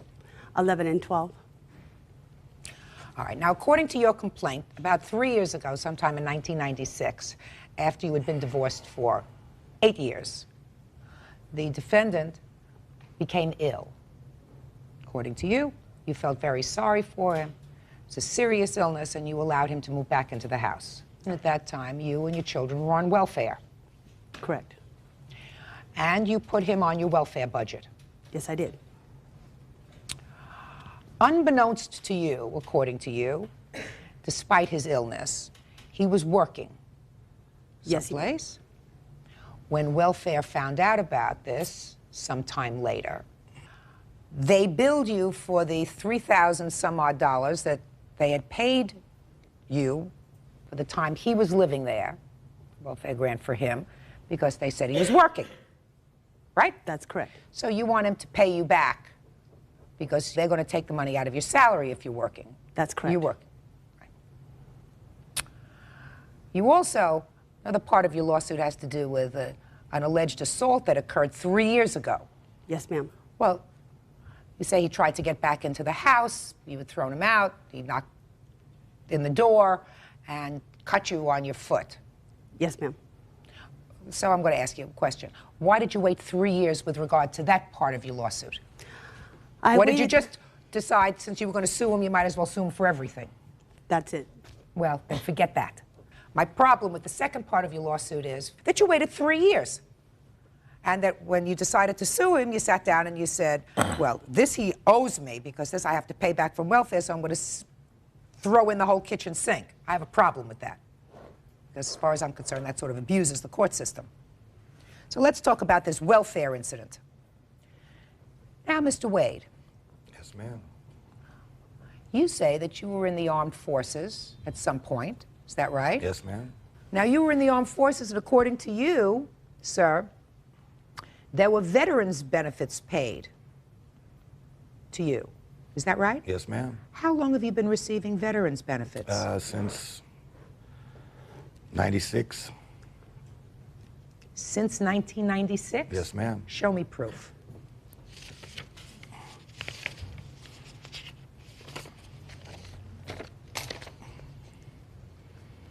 Well, it won't have the date on it, ma'am, when I started receiving it. It's just Let the me fact. just see everything that you have, sir.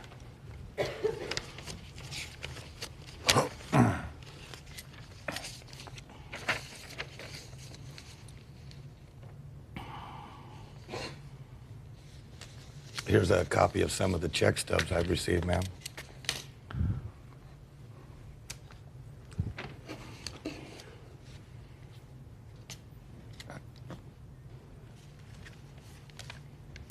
Let me see the information that you have from welfare, please, about the dates that they want this recoupment for.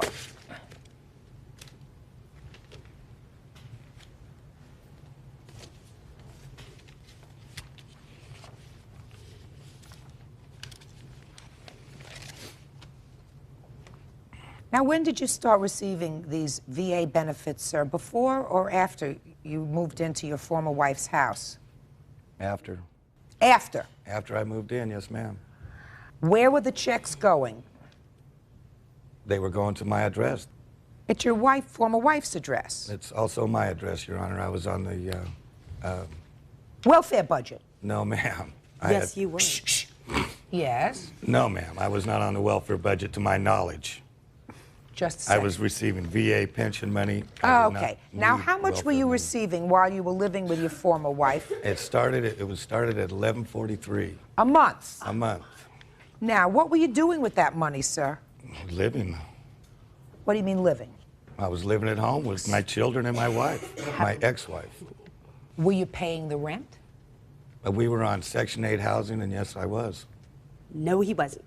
I paid all utilities, all rent, all food, everything. No, the government with the paid. AFDC. I gave them the money. Right, with the AFDC money.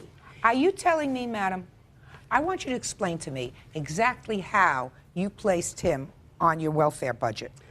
Explain to me how you did it. Okay, first of all, I felt that he wasn't receiving adequate care through the VA hospital.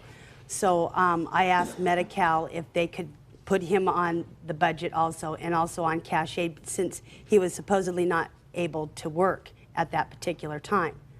And they allowed this. He also signed each and every one of those CA-7s that state that he was not receiving any of the monies whatsoever from any other sources.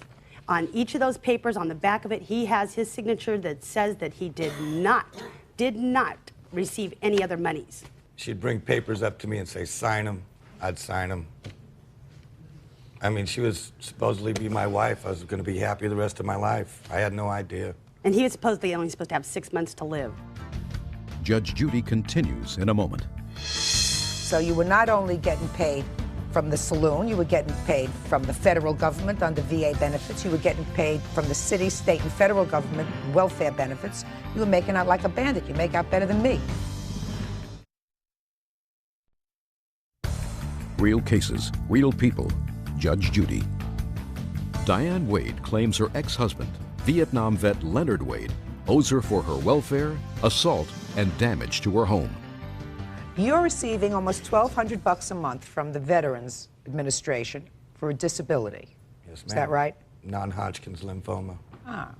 And how much was your total welfare budget at the time? I believe it was $895.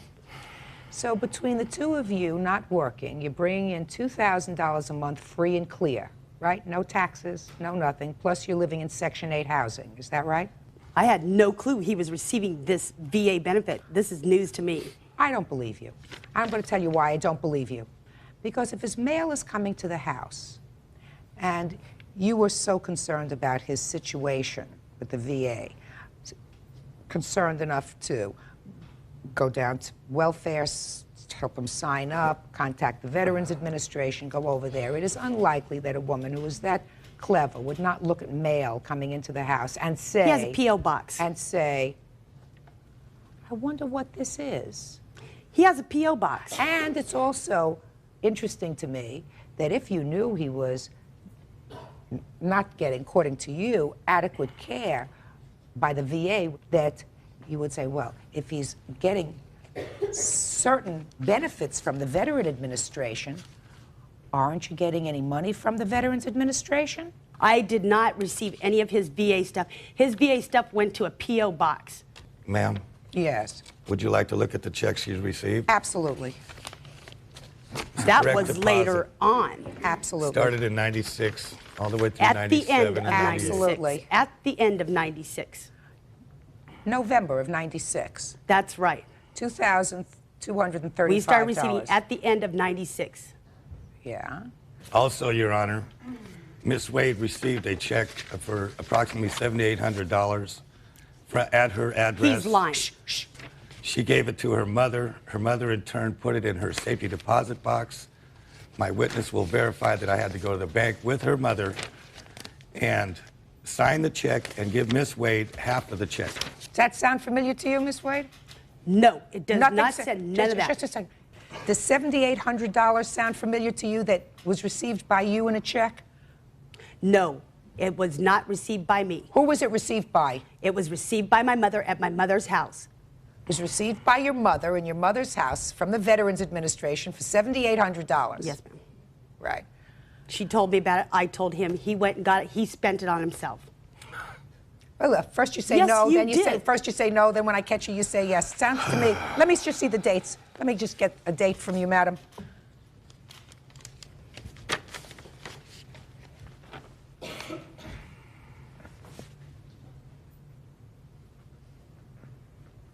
When was the check for $7,800? In 96.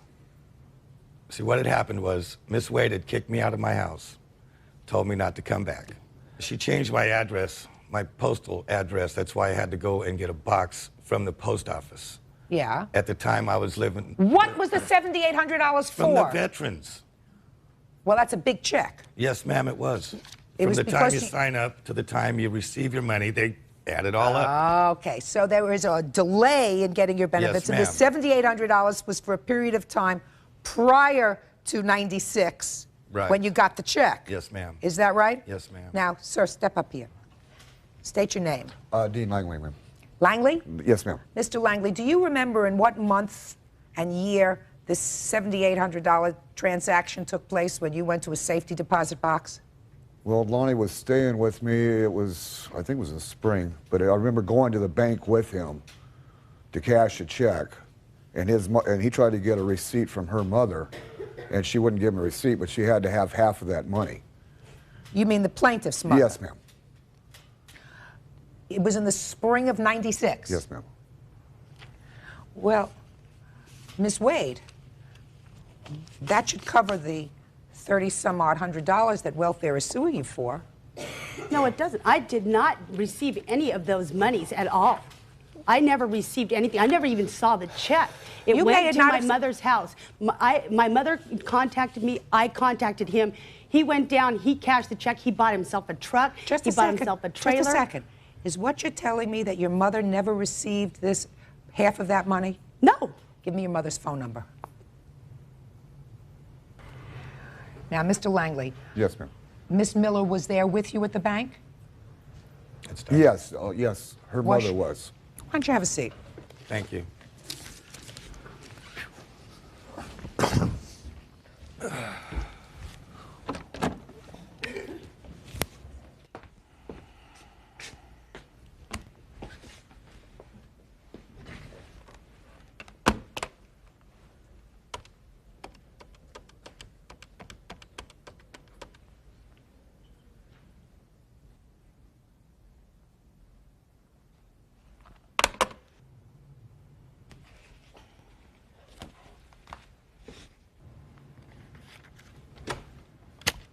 Come to order. Stand up, please.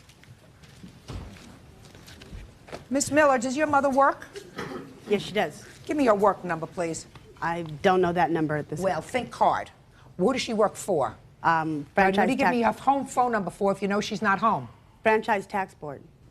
Go through your bag and get her work number. Make out as if it was an emergency, Miss Wade. I'm not in contact with my mother. I haven't been in 2 years. I have no idea what her phone number at her work is at this time. Miss Wade, why haven't you been in touch with your mother for 2 years? We're having a dispute over my child, and she was a part of it. Well, this is an important enough issue for me to try to resolve it. I have already concluded, you should both know that you were thoroughly aware of the fact and used, along with him, for the time that he was living with you in 95 and 96, his VA benefits, which were almost $1,200 a month. It was just a very good scam. Unfortunately, it got found out. Now, the issue is, since you both scammed because he knew you were getting welfare and you knew that he was getting this, I should probably just leave you the way I found you, which is two people trying to get over on the system. Judge Judy continues in a moment. And later today, You knew this was an expensive necklace? It's a gold necklace? Yes, she told me it was. My grandfather gave it to my mom, and then she gave it to me. And my grandfather is deceased. closed captioning sponsored in part by Real Cases, Real People, Judge Judy. Diane Wade claims her ex-husband, Vietnam vet Leonard Wade, owes her for her welfare, assault, and damage to her home. Sir, let me explain something to you. If you think for 1 second that I have any doubt that you knew she was getting welfare while you were getting $1,200 a month to support your family, I have a bridge that I want to sell you. All right? So you knew it, she knew it, but together you had $2,000 a month plus whatever extra money you were earning from this saloon that you were working in, right? So you were not only getting paid from the saloon, you were getting paid from the federal government under VA benefits, you were getting paid from the city, state, and federal government welfare benefits. You were making out like a bandit. You make out better than me. The only issue that I have here is whether or not you got this $7,800 check and kept it all for yourself. And if you kept it all for yourself, I may feel as if, well, she should be entitled to at least part. Now I have a sense deep in my gut that she did, in fact, receive that part of that money that her mother had in the vault. I believe that because I believe him. Unfortunately, the plaintiff at this point says that she doesn't know how to reach her mother. I don't, and I'd rather not know. So I tell you what I'm going to do, madam. I am dismissing your case without prejudice, and it is without prejudice to you within 10 days of today refiling this matter before me and bringing your mother in as a witness. Barring that, your case is dismissed. That's all. Parties are excused. You may step out. Oh, man. What about my kids? Just goes to show you, don't let an idiot back in your house. God. She's not happy. She's never happy unless she's got a pocket full of money. And now the next case. All parties on Page versus Mohammed. Step forward, please. 17-year-old Jordana Page claims 20-year-old Ramsey Mohammed took her gold necklace and refused to return it. Ramsey says it's in the mail. All right, Miss Page, you and the defendant had dated. According to your papers, you let him borrow a necklace of yours and a CD player. Uh-huh. When you broke up, you wanted it back, the necklace and the CD player? Mm-hmm. Is that right so far? Yes. And you say that you put it in the mail and you mailed it back to her? Yes. Both the necklace and the CD? Actually, I was unaware of the CD until today. I had no idea that she was saying that I took the CD player. Do you have the CD player? No. What happened to it? The last time I had it, it was at her cousin's house. Now, you say that's not your responsibility anymore because you put it in the mail and mailed the necklace back to her. Is that Yes. right? Okay. So, tell me the steps that you went through to mail it back to her. I just went down to Super Kmart and mailed it in the post office. I told the clerk guy that I wanted to mail it out. He gave me a little box, asked me what size I wanted, gave me a little box, and I just mailed it out. That was it. You knew this was an expensive necklace? It's a gold necklace? Yes, she told me it was. You have proof of the value of the necklace? I have, what happened was my grandfather gave it to my mom, and then she gave it to me. And my grandfather is deceased, and but she did go to her jeweler's and get an estimate for one like mine. How did she do that? She took Step up.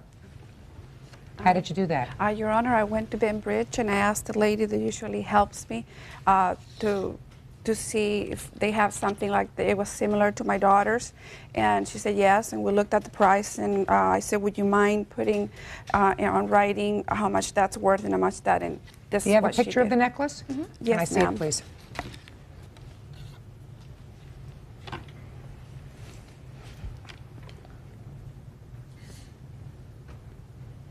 All right, well, that's a substantial gold chain, Yes. right? Yes, ma'am. Okay. Judge Judy continues in a moment.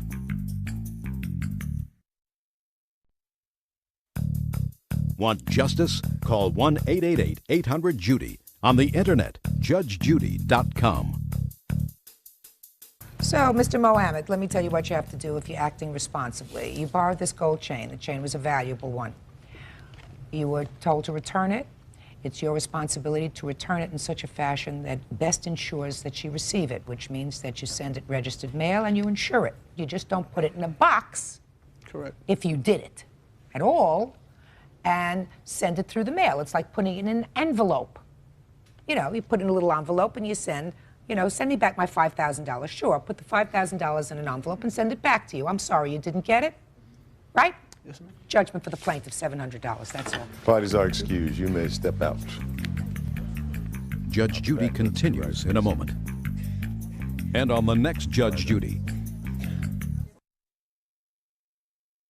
I just thought it went really well. It was fair, and it's what I expected. Everything was smooth. I had assumed that she received it, and I didn't know anything until I got called saying that I was being sued for the necklace. There's no hard feelings at all. No bad feelings.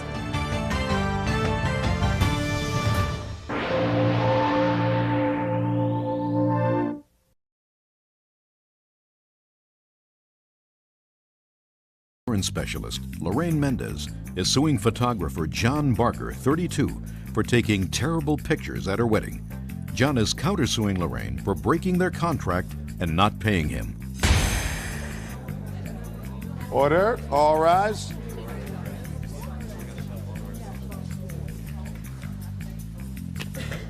Judge, this is case number 546 on the calendar in the matter of Mendez versus Barker. Parties have been sworn in, Judge. You may be seated. Ladies, have seats. Mrs. Mendez, the defendant was hired by you to take photographs of your wedding. You say that he breached the contract, that he took bad pictures, you want your money back. And he's counterclaiming because of some photographs that you have in a violation or a breach of an agreement that you had with him. So tell me why you want your money back, why you think you're entitled to your money back.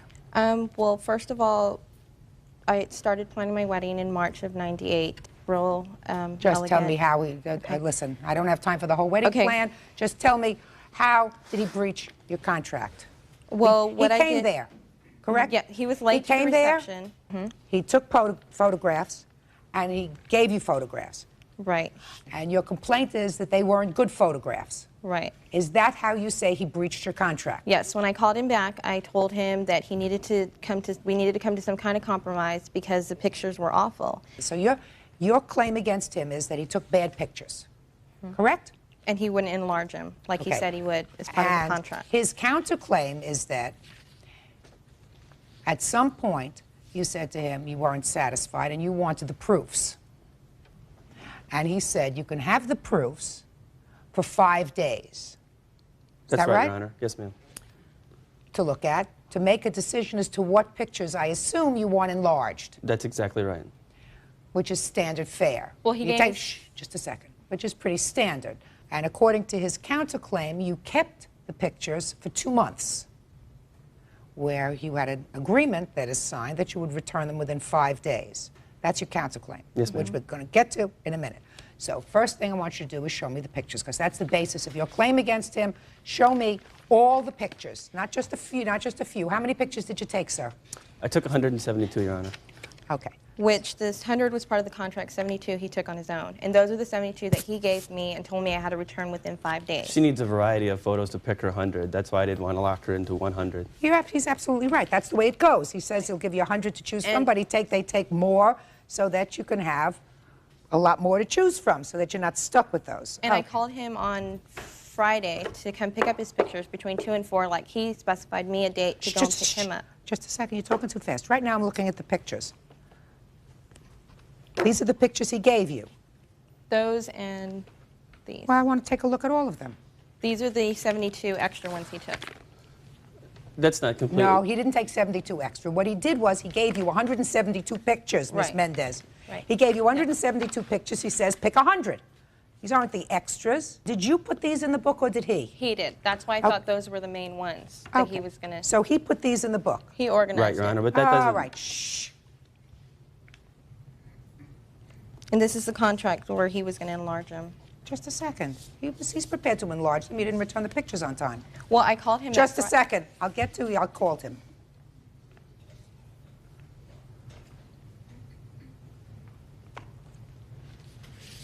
The ones that are loose in there are the ones her mother took. And that was taken with a regular 35mm. I don't see anything wrong with these pictures at all. The background, and I they're don't see anything off-centered. wrong with these pictures at all. They may not be perfect, but they... The I don't see anything entrance- wrong with them. He didn't take a picture of the arch. He didn't take a picture of us eating dinner. I have a picture of the arch, Your Honor. I can walk you through. Well, it wasn't in the book. And this one, as you see in there, is centered. The one that he took in the entrance is not. Ms. Mendez, I just looked through that book. There were some lovely photographs in that book. The main point was we took a picture in church, and that was supposed to be the most important thing. And if you see one of those pictures, there's this much room from the ceiling. Your Honor, I have some enlargements right here that might give you a better idea than the proofs. Can I see them, please? And he stopped accepting my phone calls. He turned off his answering machine. I That's see a not lot true, of Your pictures in the church with you and the priest. I mean, I can't go back and relive that day. Ms. Mendez, these pictures, some of these pictures are lovely. I've looked at a lot of wedding albums because I had 4 kids who were married. Not all the pictures are perfect when they give you ones to choose from. But the he ones wouldn't that were want- put in this book seem very He nice didn't- to me. He didn't want to fix them at all. He told me no, all I owed him was $72. He didn't want to try to, I mean, obviously he knew no meaning of customer satisfaction. Ms. Mendez, the issue is not whether you got perfect pictures of your wedding. The issue is, did you get reasonable pictures of your wedding? And these are most reasonable. I don't know what you're complaining about. The I ones really that don't. her mother took with the regular 35mm film are not like that. You can see their faces clear. Those, you see, they're just ugly. They're not ugly at all, Miss Mendez. They're not ugly at all. You look beautiful. Your husband looks beautiful. They have pictures of you smiling. They have pictures of you with your family. And he was supposed to follow my mother's album book, like a storybook, and he did not do that. He took snapshots of, I don't know what, he had no organization whatsoever. Miss Mendez, you know, one of the things that you just said to me was he didn't put them in the order that he was supposed to put them in pursuant to my mother's album. The album that he has, you take the pictures out, you take them off this order, you put them in whatever order you like. The thing comes off here. I mean, if you want to hear some very good advice, life is very short. If you allow yourself to be bogged down with minutiae from the very beginning, you're going to be a very unhappy person. very, very unhappy. But this is a wedding, Your Honor. I want to This tell is you the something. Most important day of my I life. want to tell you something. Life is not perfect. Generally speaking, these pictures are lovely. And it captures your day. That's what pictures are supposed to do. Stop being a baby. Judge Judy continues in a moment. I have tried cases with photographs that were terrible. And I have awarded judgments to people when I say, my 6-year-old grandson could take better pictures than that. That is not the case in this case. And later today, Is that what you're asking me to believe? Yeah, I'll just drop it. No, I'm asking you. No, Are you're you asking me to twisting my believe? words. No, You I'm know, not I'm twisting your trying words. to tell you how I'm how not it was. twisting your words, sir. I'm trying to come to the truth. Real cases, real people. Judge Judy. Lorraine Mendez claims photographer John Barker ruined her wedding pictures. John claims the pictures are perfect and he wants to get paid. Now, let's get to your counterclaim. You want to pursue this counterclaim, sir? Yes, Or you ma'am. want to just say, forget it? You wouldn't have pursued this counterclaim had she not filed the action against you, is That's that true, right? Your Honor, but I had to print a lot of extra photos, and I've had to deal with a lot of extra things that I don't normally have to deal with. You mean print extra photos for what? For today in court, Your Honor, and also, I mean, if anyone signs the contract and keeps the photos. Let me for see the contract, 2 by the way, months. for the return. You gave her the proofs. Let me see the agreement that you signed. This is the letter I sent them asking for that $72, and this is the contract that her husband signed, Your Honor, for the $72 for the proofs. Her husband signed this. Yes, ma'am. She didn't. Right. So what are you counterclaiming against her for? I guess I can't. I assumed her husband would come with, Your Honor. Well, did you serve him with your counterclaim? No, ma'am. Then I can deal with this relatively easily. He signed that he would return it in 72 hours. He didn't return it in 72 hours. If you want to pursue the $72, sue him. Yes, ma'am. Got it? So your counterclaim is dismissed. And Ms. Mendez, I've given you some very good advice for your whole life. If you get yourself bogged down in minutiae, things that are really... No, he treated me like I was some little girl, like I didn't know what I was talking about. Miss Mendez, if you get yourself involved with minutiae, you have lovely pictures and lovely memories of that day. They may not be perfect. It may not be just the photographs that you wanted exactly. It may not have been exactly like your mother's photo album. May not have been all these things. But if a grown married woman like you can get hysterical crying because the background was a little too dark. Now, I've seen photographs that are terrible. I have tried cases with photographs that were terrible. And I have awarded judgments to people when I say, my 6-year-old grandson could take better pictures than that. That is not the case in this case. What about These are the lovely altar, though? What photographs. about in the church? I don't have a big picture that I can put up a 16 by 20 at my house that looks somewhat decent. I mean, her mom took pictures with a 35mm camera, and they came out so much better. Then take one of her pictures That's and what I blow it had up. to do. And just a minute. Then if you like her picture inside the church better than the numerous pictures that I see here inside the church, blow up her picture and grow up. That's all. Parties are excused. You may step out. Out the back door to your right, please. I think the judge was right on. The pictures speak for themselves. The pictures are fine. She's got wonderful pictures of her wedding, and that's what we agreed on. He wore a little press thing that said press, and it should have said idiot on it, because he didn't know what he was doing. He seemed so frustrated, like he hadn't handled a group, you know, a wedding so big. He was just a total jerk. And now the next case. Parties on Nelson versus Maloney. Step forward, please. 23-year-old Tanya Nelson claims ex-boyfriend, 20-year-old Shaylin Maloney, owes her for car payments, bail, and a birthday weekend. Shaylin says he gave her his paycheck while they were together and calls it even. Miss Nelson, according to your papers, you lived with the defendant for a short period of time. While you lived with him, you made certain loans to him. One was for car insurance and car payments. One was for credit card, and the other was for, what, bail? Yes. Bail. Okay. How long did you know him before you moved in together? About 3 months. So tell me about these loans. Let's start with the car and the car payments. Okay. I had made 2 car payments for him. Why? He asked if I would loan him some money, and he'd pay me back. And how much were the car payments? $200 each. The total was $400. Okay. Did she, in fact, write checks for your car payments in the amount of $400? Yeah, she did. Okay. Now, what about the insurance? The insurance, he, at the time, needed car insurance. He also was driving my car as well. So I had him added on to the insurance, and we agreed that he would pay his portion of it. On your policy? Yes. Did you have that discussion with her? Yeah, we sure did. Okay. And how much was your portion of the insurance? To tell you the truth, I don't know. $746.23. Is that his portion or was that the total insurance? That would be his half or the total amount of insurance Okay. that was paid. Okay, so that's the car. Then you say you bailed him out of jail. Yes. And when was that? May 10th. What was he arrested for? A DUI. How much was his bail? I got a bondsman that cost $161.50. And did he call you from jail? Yes, he did. What did he say when he called you from jail? He said, I'm down in Douglas County. I need you to come up and come down and bail me out of jail. Is that what you said to her? About, yeah. Did you expect to pay her back for your bail? Yeah, I did pay her back. You did? He did not. Judge Judy continues in a moment. Now, all right, let's leave the car for a moment. Let's get to something that I can sink my teeth into. Bail. Closed captioning, sponsored in part by Real Cases, Real People, Judge Judy. Tanya Nelson says former boyfriend Shaylin Maloney borrowed money to cover his car payments, bail, and a birthday weekend. Shaylin says he paid his own way with his paycheck. Now, what about the credit cards? You say that there's a bill of some $400 for credit cards.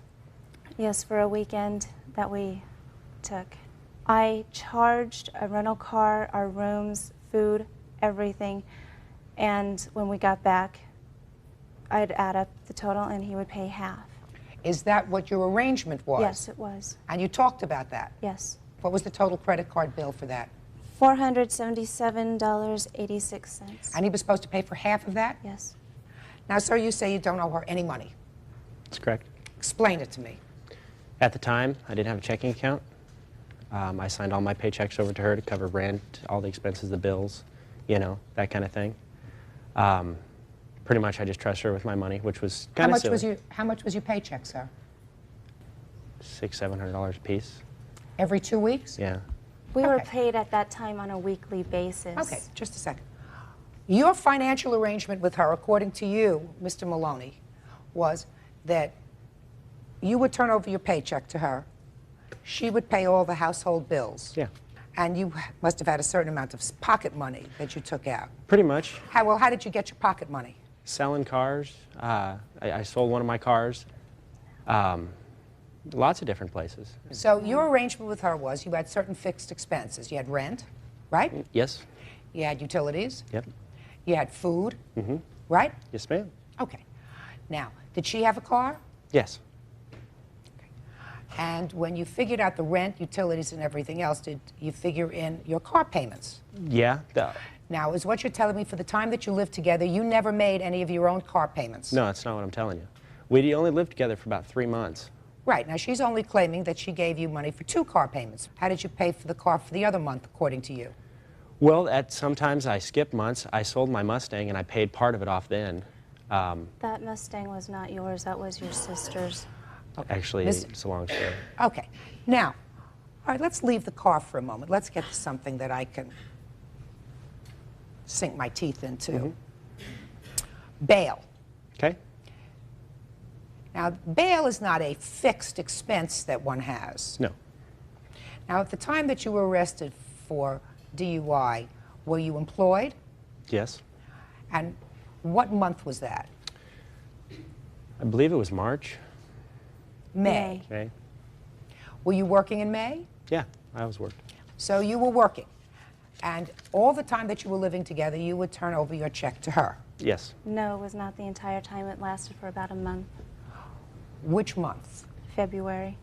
And what happened in March? Mid-March is when, actually, it ended because he suddenly just started lying to me about his money.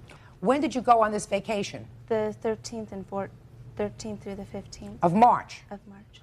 And at the end of that month, he stopped giving you the paycheck? He lied and said he did not get paid. Now, how long did you live with him after March, the end of March? He moved out of the townhome about the first week of May. And when was he arrested for this DUI? May 10th. Oh, okay. Do you have any proof that you want to show me, sir? I don't know, what kind of proof did you need? I mean, when you get down to it with like the whole credit card thing, you know, I told her, I don't want to go on this thing. I don't want to spend the money. You know, it's nothing I want to do. I want to, out of this relationship, I want away from you. Yes. She convinced me to do that, so we went. She said she'd pay. That's great.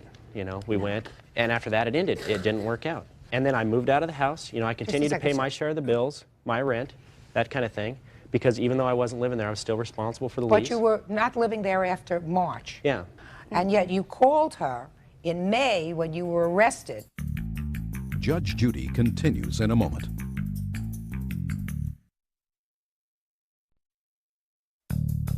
Want justice? Call 1-888-800-JUDY. On the internet, judgejudy.com.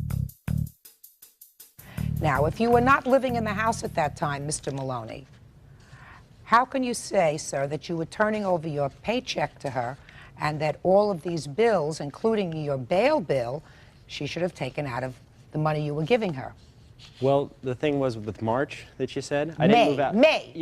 You were saying that I moved out in March, but I didn't. I moved out in May. You told or whenever me. It was. You told me that right after the trip, which was in March, yeah, you came back and you moved out. It's a real weird situation. You want me to tell you how I moved out? Everything was still there. I still stayed there on the weekend. Just a second.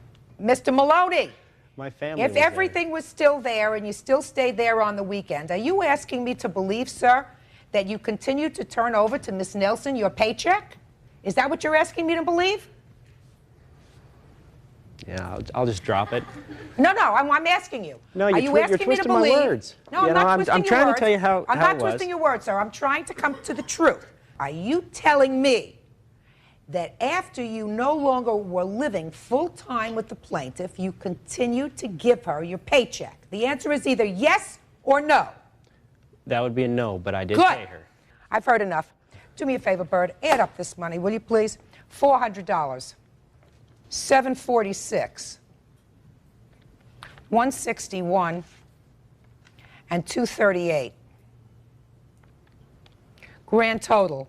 $1,545, Judge. Judgment for the plaintiff in the amount of $1,545. Thank you. That's all. Parties are excused. You may step out. Judge Judy continues in a moment. And on the next Judge Judy. She'd come down to work a few times. She called, you know, she pretty much wouldn't leave me alone. I had to have her escorted out of my new apartment by the police. But other than that, you know, I'm the bad guy. It was very generous and very giving, and he just took complete advantage of it. Stay away from the crazy ones.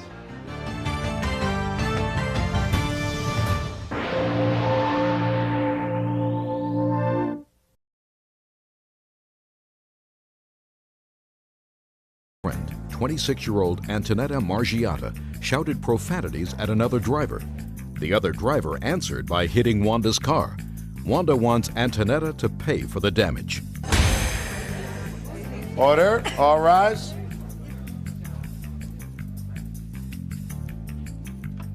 Your Honor, this is case number 588 on the calendar in the matter of Coriano versus Margiata. Parties have been sworn in. Judge, you may be seated. Miss Coriano, this is your friend, Miss Margiata, who you say has a big fresh mouth. And you say because she has a big fresh mouth, while she was a passenger in your car, she irritated another driver who damaged your car. Yes, Your Honor. And you couldn't get that driver's License plate number, so you think she should be responsible for the damage to your car. Yes, Your Honor. So tell me how this all came about. Okay, Your Honor. What happened was I was doing her a favor, and then I took her to a store, and I was dropping her off at her house, and she was taking a long time. She had my door wide open. She was with her baby, and There was a She car. was taking a long time getting out of your car. Getting out of my car. She's just like that. She likes to hold people up. And she had my car door wide open.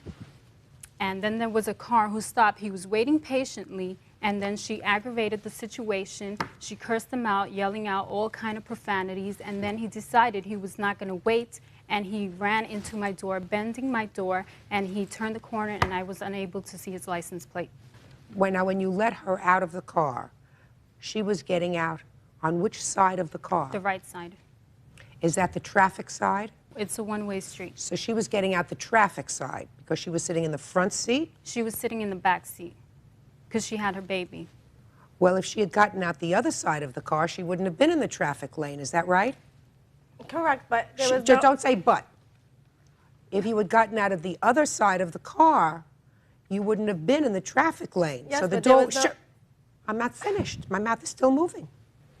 You pull up, and there's a car parked. You're sitting in the back seat with the baby. Is that right? So you have two choices. Either you get out on the driver's side, which would have put you out of harm's way, along with your baby. You could have opened the door, and you could have spent 20 minutes getting out of the car. You chose to get out on the other side, which is behind the passenger, from passenger seat, and so you left the door open in the traffic lane. Is that right? That's correct. Why? Because there was no room for me to come out on the left side. Okay? First of all, Your Honor, she's always parked. There's a church on the corner of my house that you can't park in front of it. She's always pulled over there to let me out. For some reason, she didn't want to pull over there. And there's a Johnny pump across the street from my mother's house. She could have pulled in over there. Shoulda, woulda, coulda. She pulled up where she did. Did you attempt to get out of the other side? No, I couldn't open the door. How was I going to fit with me and my daughter? Did you? No, I didn't. All right, so you could have. No, there was no room. I looked, and there was no room for me to open the door. Is that true? She did not look. No, she didn't look at all. Now, you get out of the car. Okay. You get out of the car, and you open up the door wide so that you can get out with the baby. Yes. Now, you acknowledge here that you cursed at this car that was waiting. Tell me why you cursed at this car that was waiting. Okay. I was getting out with my daughter, and the blanket fell. Her blanket fell. So I was picking it up, and the man was inching up to me, so I was scared that he was going to just take off. So I said, can't people wait? And he just took off. It wasn't my fault. I have no control of this man's anger. Just a second. Is that what you said? Can't you wait? Is that what you're telling me that you said? No, I said a little bit more, but I don't think I could say it on TV. You can say anything. I've heard everything. Tell me exactly what you said. I said, can't you wait? Well, that's different then. Could you please wait a second? I'm just picking up my daughter's blanket. Yeah, but I was scared for my child and me. So why didn't you get out the other side? Because there was no room for me to get out. Why didn't you say, no, there's no room for me to get out? Could you pull up a little bit so that I can get out the right side of the car? It was drizzling out. We were in a rush. She wanted to go home because she wanted to find parking in front of her house. Uh-huh. How much it was for your car to be fixed? Do you have a receipt? Yes, I do. Let me see it.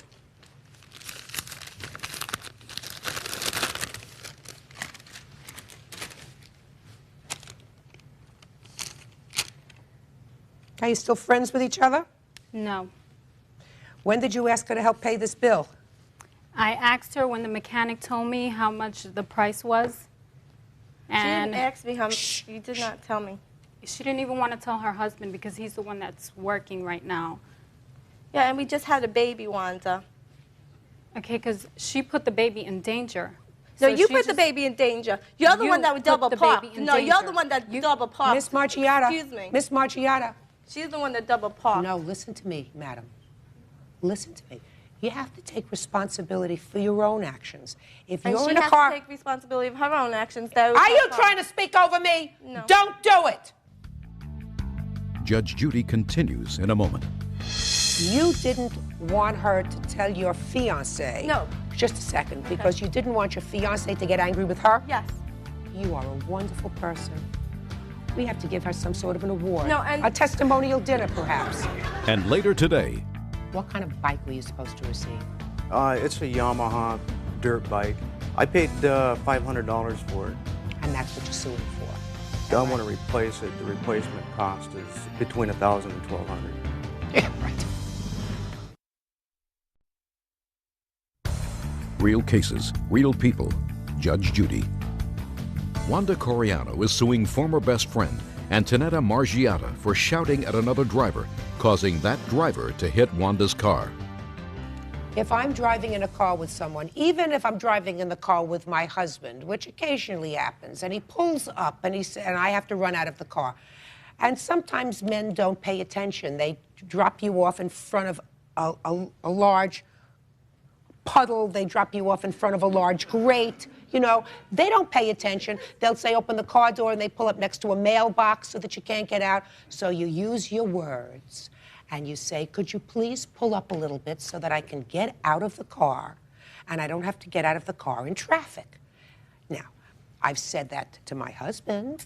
I've said that to friends, right? You chose not to do that. You chose just to get out of the car. That's not her fault. That's not her fault. That's your fault for not saying, I don't want to endanger my child or myself getting out of the car in the traffic lane, and I can't get out this side.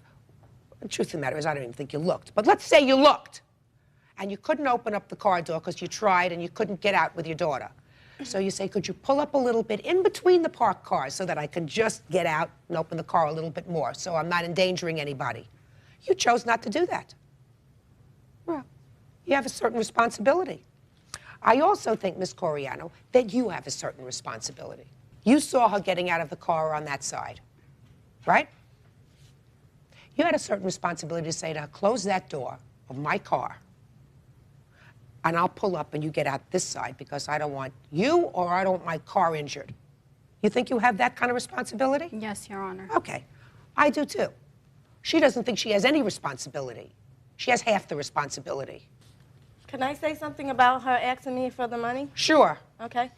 She kept asking me to tell my fiance about the money. So I was like, why should I? Because he's going to blame more blame on her. Okay, so I was not going to let him curse her out.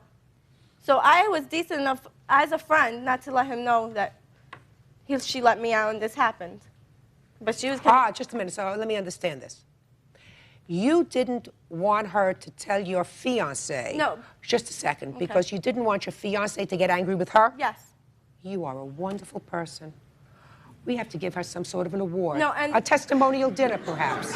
Yo, or $325. That's half of what it costs to fix the car. Pay it. Parties are excused. You may step out.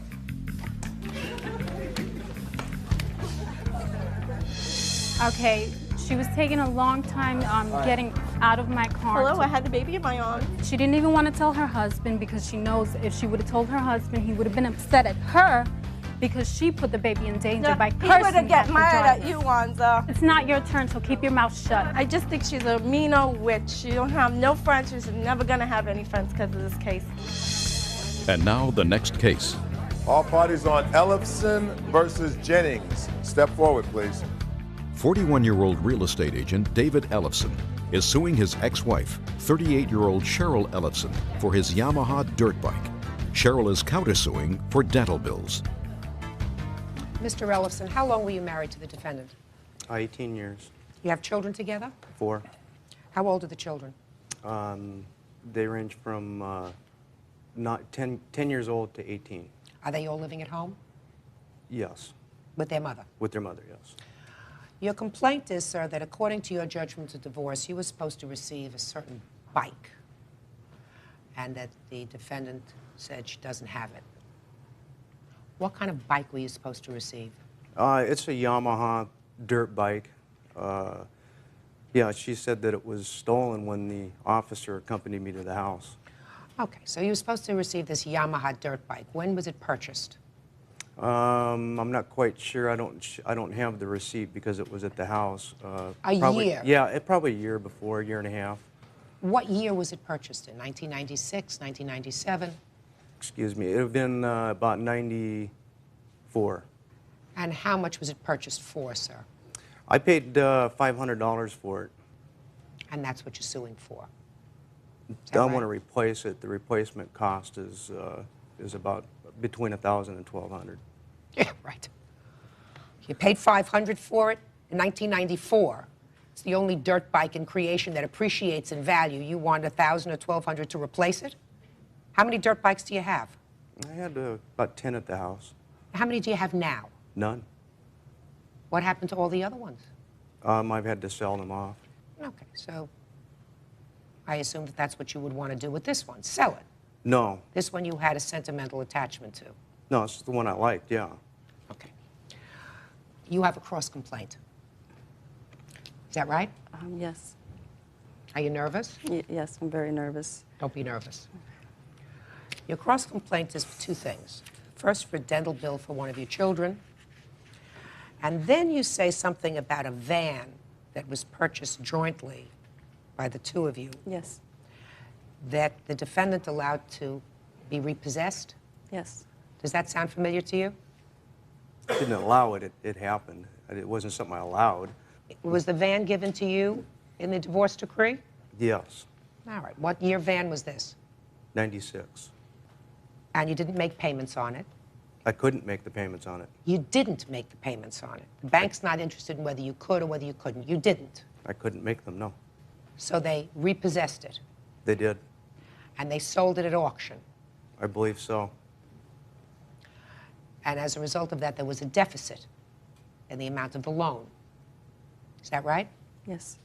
Do you have any documentation of that? Yes, I do. Can I see it, please? Judge Judy continues in a moment. You know, we're supposed to discuss stuff like that before she goes out and does it. So your complaint is that she didn't consult you with regard to this dental care? That's correct. What kind of a father are you? I'm a good father. Closed captioning, sponsored in part by Real Cases, Real People, Judge Judy. David Ellefson is suing his ex-wife, Cheryl Ellefson, for his dirt bike. Is your name on this loan? Yes, it is. I think I'm a co-signer on it when we purchased it. Well, what arrangements are you making, sir, to pay off this amount? I haven't made any arrangements. They've called me and I've left messages for the person that's called and contacted me, and she never calls back. Well, what arrangements are you going to make to pay off? There's a balance of $5,000 now on it. I have to make arrangements with them. I don't know. I've returned their calls and they don't call me back. You're not trying hard enough. It would seem to me that this bank wants to hear from you very badly. Well, this is your obligation. If you were given the property pursuant to the judgment of divorce and you allowed it to go into foreclosure, then it's your debt. Well, she was going to let it go too, so. If she was going to let it go, you should have given her the van. Right? Yes. Did you get a car pursuant to the judgment of divorce? Yes. What year car is that? It's a 73. So he got the newer car? Yes. Oh, okay.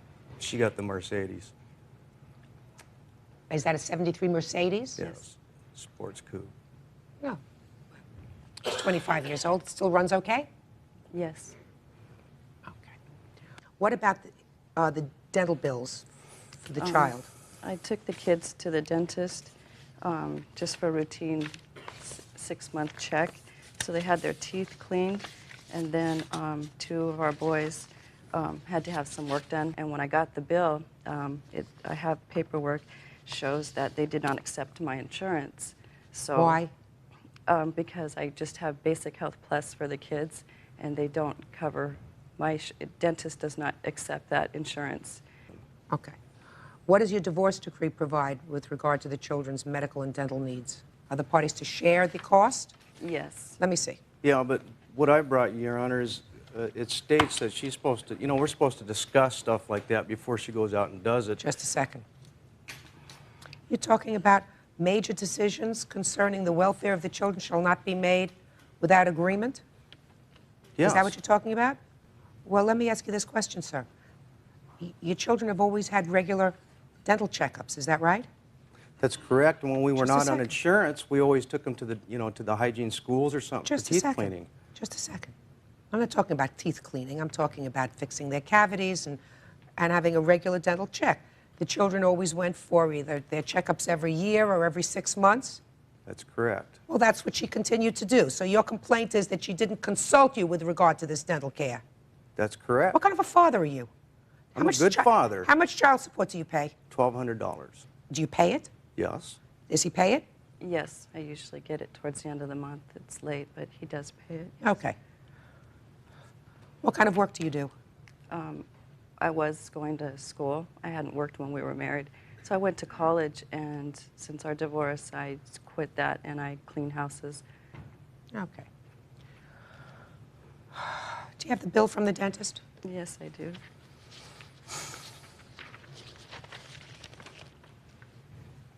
Okay. No.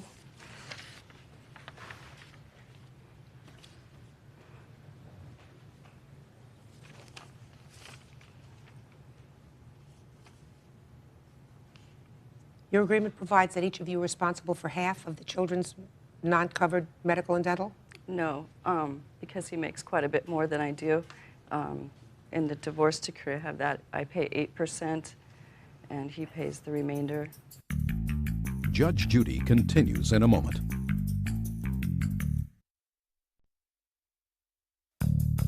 Want justice? Call 1-888-800-JUDY. On the internet, judgejudy.com. Now tell me what happened to this dirt bike that he wants. We had a lot of dirt bikes in the garage, you know, a lot of kids and adult bikes. And in our divorce decree, it states that he gets 5 adult motorcycles. And I had sold 2 of the bikes to a friend just for money. And the bike that I chose, it was a Yamaha. So you sold this bike that he wants? Yes, to a friend. All right. But the reason I took that one is because we got it at a garage sale. And so I felt, you know, there was many bikes in the garage, you know, much more than 5 adult bikes. I just picked that one. That was before I realized that he wanted that one. Okay. Well, this is a relatively easy case to deal with, so I'm going to deal with it 2 seconds. Mr. Ellefson, according to your statement to me earlier, you said you paid $500 for this bike in 1994. That's right. Assuming that what you say is true, I am going to give you full credit for what you paid for the bike, $500.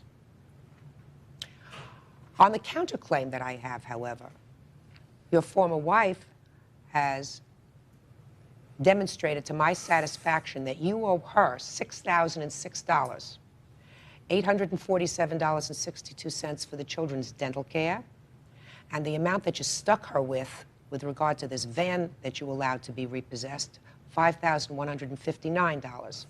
So I am going to deduct the $500 from that. Leaves about $5,500, sir, and the maximum judgment of this court can be $5,000. So you get nothing, and she gets $5,000. Thank you very much. Parties are excused. You may step out. Out the back, go to your right. Judge Judy continues in a moment. And on the next Judge Judy. I lost. He's just angry at the way things have been going. Marriage problems. I just want to have it over and have a better relationship with the kids and their father. I hope this will do it.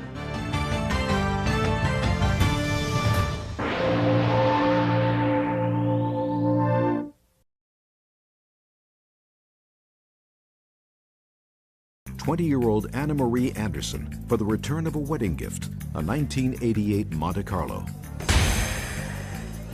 Order. All rise. Quiet in the courtroom. All rise. Sir. Judge, this is case number 623 on the calendar in the matter of Chavez versus Anderson. Thank Partners you. have been sworn in, Your Honor. You may be seated. Have a seat. Have a seat. Ms. Chavez, according to your complaint, the defendant and your son were engaged to be married, and as a pre-wedding gift, you bought them a car. Is that right? Yes, I did. Well, the wedding was postponed, according to what I read, by the defendant. At that time, your son went to jail. Correct. What did he go to jail for? Auto theft. Auto theft. Was this the first time he was in jail? Yes, it was. How long was he in jail for? He was incarcerated for 6 months. And during that time, the defendant drove the car. Correct.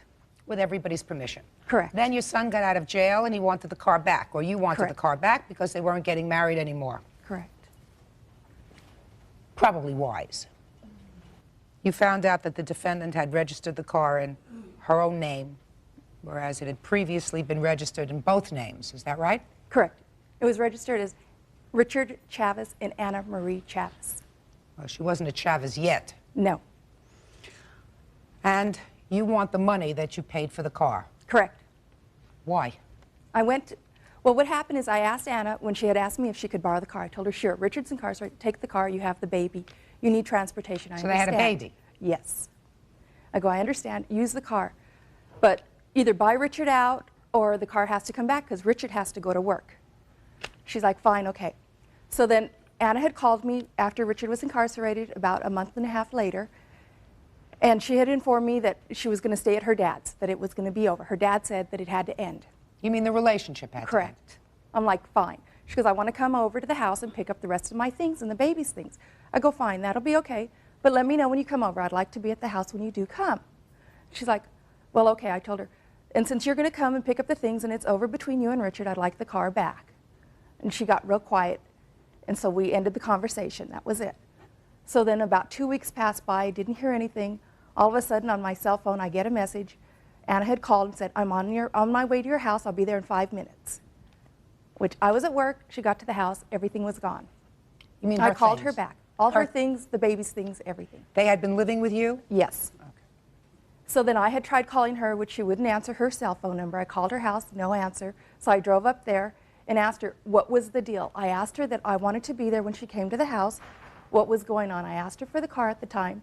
Her dad came out and said, talk to my attorney.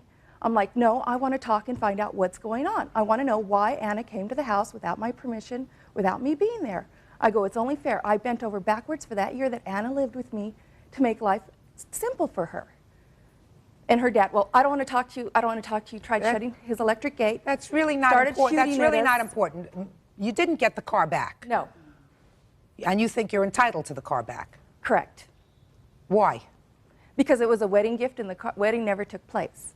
We went on vacation. At the time I bought the car, it was 1 week before we went on vacation. They were to be married in Vegas. We went to Vegas. We had our family vacation. Her dad had asked her to postpone the wedding because they could not afford to go with us. I'm like, that's fine. Okay. Let me hear your side. Okay, what happened was when I moved in with him, my parents didn't want me to, but I did because I loved him then. And so when I went over there, Richard already had this truck. So we were using it to go to work, to take me to my appointments because I found out I was pregnant. And then one night, Richard's dad was drinking, and Mrs. Chavez told us that we all need to go to a motel. So we all went to a motel, and we took their two trucks. The two of you All and of us. Mrs. Chavez. And Michelle and her brother. And so leaving just the husband right. home drinking. And we took their two trucks and left Richard's there, which his dad knows how to hotwire the truck. So that's what he did, and then he wrecked the truck. And the reason they bought us a car was because the truck was wrecked, not for a wedding gift, because that's not what they told me. What did they tell you? They told me it was because the truck got wrecked, and we needed a car because they didn't want to take us to our work and to my appointments. Okay. A couple of questions with regard to timing. Okay. When had the wedding been planned? When was it supposed to take place? For August 24th. And when was this incident with the truck that Mr. Chavez wrecked? It was about 2 weeks before. And when did they buy the new car? When did Mr. Chavez A week later after the truck got wrecked. Is that correct so far? We bought it August the 20th. The truck was wrecked in September. Truck was wrecked in September? Yes, my husband wrecked it in September. He went to go test drive it. He hit the brake in the truck's. This thing about being drunk doesn't... No, because he had went in and they had gave him a blood alcohol test because he had hit his knee and he came out .04. So he was not He was drunk. driving the truck when he hit his knee? Yes, when he hit the truck, the parked truck, when Just he a hit... second. Just a second. She is correct then that you were all in a motel because your husband was drinking. Correct. And he was being violent. No. He was potentially, because you don't go to a motel with the whole family unless you're afraid to be in the house with somebody when they're drinking. Judge Judy continues in a moment. Are you under a child support order? Yes. Don't shake your head. He doesn't need his mother to take care of him. Sure, he did a lot of growing up in jail. And later today... Listen, I don't want to hear your script, madam. I asked you a question. I said, did you pay him $212.50 for October? I don't remember if I did or not. I don't believe you. Real cases, real people. Judge Judy. Genevieve Chavez is suing her son's ex-fiancé, Anna Marie Anderson for the return of a wedding gift, a 1988 Monte Carlo. Okay. So you all go to a motel. He takes the car. He hot wires the truck, and he's in an accident. Correct. Okay. And a week later, a week after this, you bought the new car? Correct. Well, it was a used car. Correct. And you bought the used car and told them to put it in their names. Correct, as a wedding gift. Now, see. Who said wedding gift? I did. Is that correct? I didn't hear her say wedding gift to me. It was because of the truck got wrecked. When I bought the car, I purchased it as Chavez. I did not purchase it as Anderson. Well, you allowed them to put it in both their names, whether she was known as Anderson or Chavez. It really doesn't make any difference. The interesting thing that I find with regard to your answer is you want money for this car. The car's broken. It's on blocks. It's not repairable. I can't even get next to the car. When we went to her dad's house, he started shooting at us. It was because she's not going to pay you for the car, Miss Chavez. There is no way she's going to pay you for the car. If anything, this gift was given to two people. It was given to her. It was given to your son. Your son, by virtue of his incarceration, couldn't drive it. She drove it. If anything, because it was a wedding gift, one could say morally, you would be entitled to the truck back. She's willing to give you the truck back.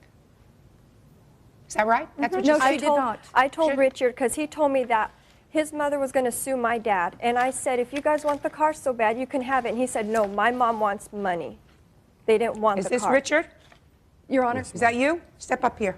She had made that statement after the car was already on blocks and broken. Well, listen, this was not a new car. This was not a new car. No, it's a second owner car. It was a second-hand car. Correct. Not only was it a second-hand car, but it is now 11 years old. Correct.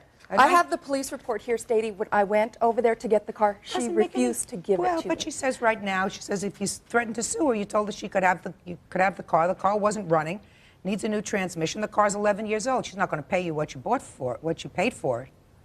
If anything, it was a gift that was bought for both of them. She's entitled to half, and he would be entitled to half. I told her that, Your Honor. I told her when she had the car, buy Richard out. It's not fair that Richard's walking after I put out for the car. She didn't want to. That's not unreasonable. That is not unreasonable. So there are two options here. Either she can pay you for half of the car, which is you paid $26 for it, which is $1,300. Correct. Or she can give you back the whole car. And that's what I had stated to her. Fine. You have a child? Yes, ma'am. You see the child? Every once in a while. Not as much as I'm supposed to be seeing him. When he pays me child support, he can see him. Just a second. Have you gone to court with regard to the child? Yes, I have, ma'am. Are you under a child support order? Yes. Don't shake your head. He doesn't need his mother to take care of him. Sure, he did a lot of growing up in jail. How much child support do you pay? About $112 every 2 weeks. Is that what he pays? He's supposed to pay $125 a month, and he pays it, when he pays me, but after he's supposed to pay me, so that's why I hesitate to take Brandon over there. But he pays me. Do you have a visitation order? Yes, I do. What's the visitation order? Twice a week, and I don't see him twice a week. Well, then what you have to do, Mr. Chavez, is go back to court and file a petition for violation of the order of visitation, because, Ms. Anderson, he is supposed to see this child. You picked him to father this child. Not only does he have a right to see this child, but the child has a right to know that he has not been abandoned by his father. So you don't set the rules. It's not your determination. You picked him. He's the father. That you can't change. He's supposed to see the child regularly. And you ought to make sure that that happens. It's not the right thing to do, for your son's sake, not to see his father at least every single week. Mm-hmm. You understand? You want to return the car to them? Yes. Within 5 days, the car is to be returned to the Chavezes. Thank you. All right, so excuse you may step out.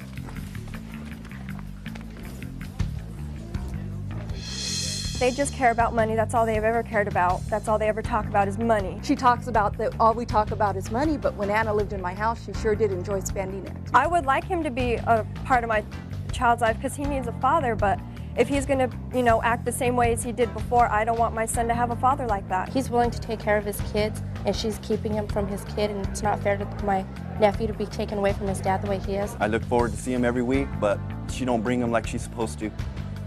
I at least do my part. And now the next case. All parties on Sandoval versus Golf. Step forward, please. 41-year-old producer Edward Sandoval claims former live-in lover, model Carol Goff, owes for rent and storage fees paid while she was in jail. Mr. Sandoval, according to your complaint, you and the defendant were in a relationship and living together. Yes, ma'am. There was some sort of an altercation between the two of you. Subsequently, another altercation, which resulted in two things. Resulted in the defendant being arrested and incarcerated. Is that right? That criminal matter is being worked out right now as we speak. You were incarcerated? That's true. For how long? I can't remember how long. 6 nights. Judge Judy continues in a moment. I didn't ask you to ask him any questions. Okay. If you think you can come here and play around with me, I guarantee on your best day, you're not as smart as I am on my worst day. Do you understand? Closed captioning, sponsored in part by Real Cases, Real People, Judge Judy. Edward Sandoval is suing former live-in lover, Carol Goff, for rent and storage fees after he kicked her out. Your lawsuit asks for a piece of rent and storage fees. So tell me why you think she owes you money. She moved in under agreement that she would pay half the rent, which is $212.50. On the month of November, she only paid $100, so she owes me $112.50. What else? Back storage fees. Tell me about the storage fees. I moved her property into protective storage when... What's protective storage? I had never heard that term before. To protect her property, I moved it out of the house. Was this a private storage company? Yes, ma'am. Valley Mini Storage. $60.75 a month. I've paid 3 months. Did you have to pay 3 months in advance? No, ma'am. She just refused to get a hold of me. I served her notice. The day that she got out of jail, I made arrangements with her father to move her into the Days Inn using his credit card. And I moved everything she needed, all her clothing, everything, all her cosmetic stuff, because she had some job interviews that day. And I packed all her stuff up, put it in storage. I took everything that she needed. What stuff did you put into storage? Carol's got quite a bit of stuff, all brand new within the last 2 years or so. And it's a complete household full of stuff. She completely filled a 10-by-10 storage unit. Some really nice stuff, leather couches and whatnot. Mm-hmm. And I moved all her stuff into the Days Inn that she needed that day to do her job interviews, everything I could think of to make it comfortable for her. And that day I told her how to reclaim her property back. And up to this day, she has never contacted the landlord. So I started taking Why did you have to contact the landlord for? Because I helped the landlord move the stuff out, and I just thought that it would be better for her to deal with him, to go through him. So how much did you pay altogether? 3 months, 3 times $60.75. $180. Yes, ma'am. Okay. What else? That's it, ma'am. Okay. Now, is her property still in storage? Yes, ma'am. Is that right? Yes, my property is still in storage. Is the stuff in storage in your name? Yes, ma'am. In your name? She has no access to the storage unit. I had the receipt right here. Can I see it, please? Sure.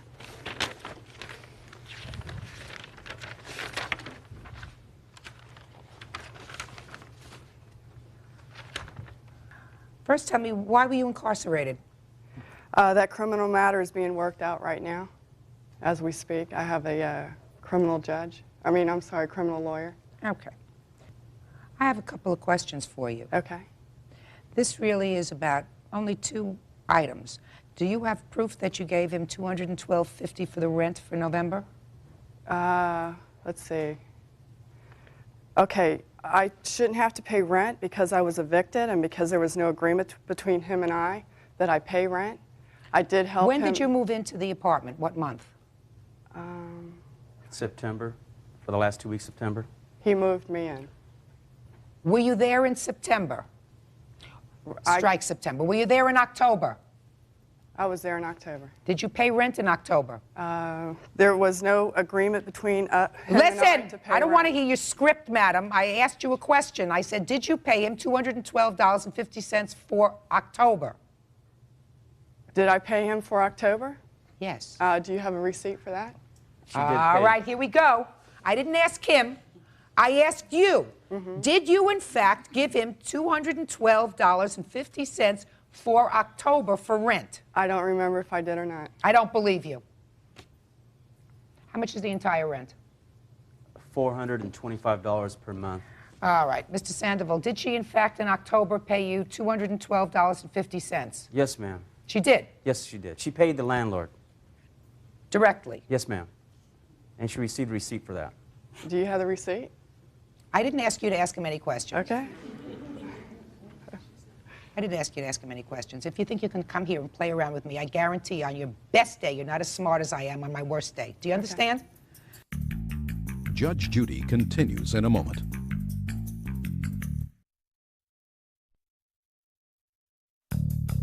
Want justice? Call 1-888-800-JUDY. On the internet, judgejudy.com. Now let's talk about the stuff that you have in storage. These are your options. Either the court will prepare an order declaring that all property there is his, and he can take it and sell it and recoup the $180 that he spent on storage fees, or you pay him $180 and then the stuff is yours and you can continue to pay for storage, or you can get the stuff out of storage. So you have to, for one moment, think for a moment whether all the stuff that you have in storage is worth more than $180. And if it is more valuable than $180, I strongly urge you to take option number 2, door number 2, which is pay him the $180 and then you're finished with each other. What do you want to do? Door number 2. Door number 2. That's what I thought. Very good idea. Okay. Judgment in this case is for the plaintiff in the amount of $292, $112 for rent and $180 for storage. That's all. Parties are excused. You may step out. Judge Judy continues in a moment. And on the next Judge Judy. She says that I was too old for her. She wants somebody younger. And that surprised me because she's only a few years younger than me. I told her, well, I guess you're too old then. I'm sitting on my computer. She comes up behind me, and with both hands, she's pulling my hair. She's growling, pulling my hair all kinds of different ways. So then I turn around, and as I turn around to protect myself, she grabs my arm and breaks her nails in my skin. So I went downstairs. I called the police and charged her with the harassment. And she fought the police. She stuck her finger in the policeman's face and says, nobody's getting arrested here. Because she had tried to get on the phone and talk to her lawyer. She says, nobody's getting arrested here because I'll put a lawsuit on you so quick it'll make your head spin. With her hand still in the air, they handcuffed his hand, they spun her around, bent her over the sink, and she started fighting them. That's a criminal matter that my criminal attorney is taking care of right as we speak. I would say about 90% of it was a lie. I had to go get the police. I had no recourse. She dealt the cards, so the police show up. She's in her bikini with a thong up her butt, barefoot, and they march her off to jail. Yeah, that happened.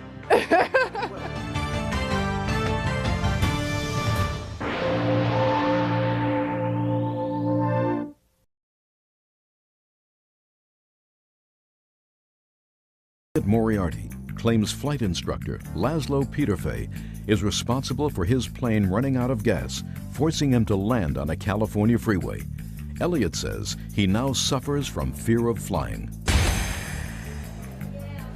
Order. All rise. Your Honor, this is case number 648 on the calendar in the matter of Moriarty versus Peterfey. Parties have been sworn in, Judge. You may be seated. Gentlemen, have seats, please.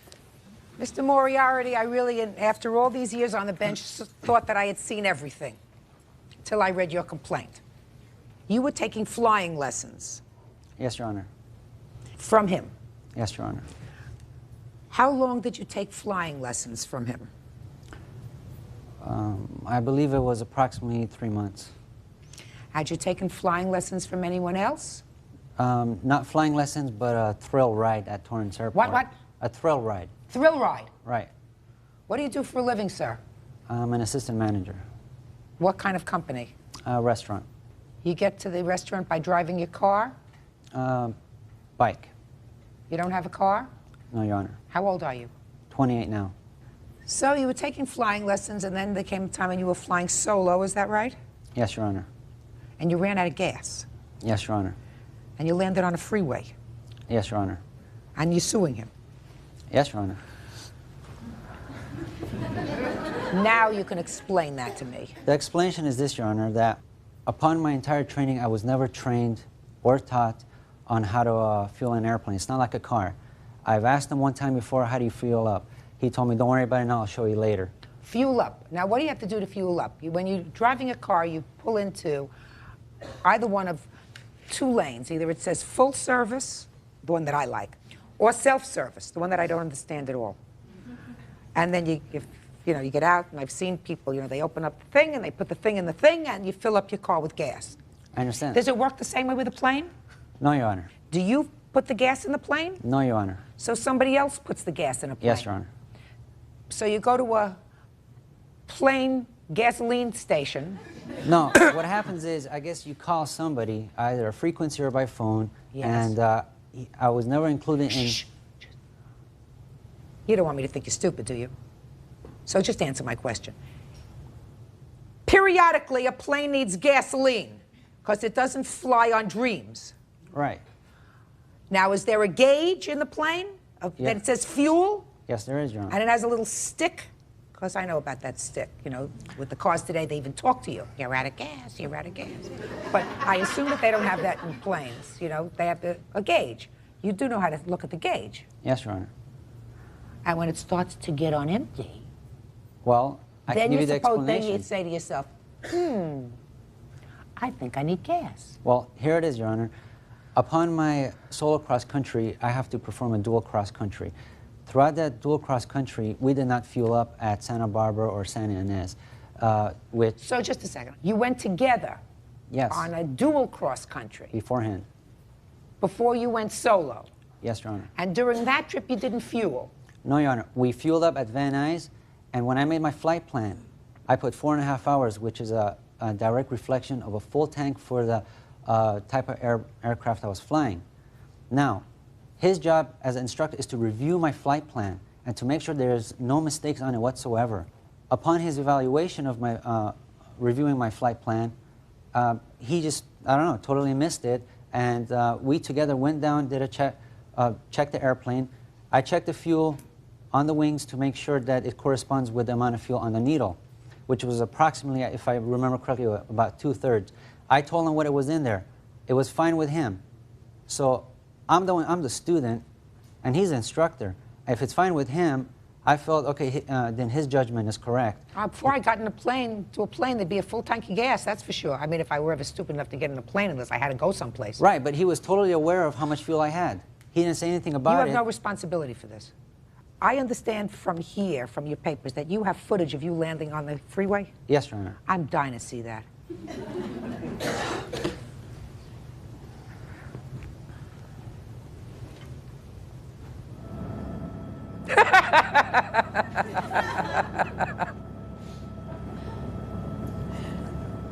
Very lucky, Your Honor. Look at that plane.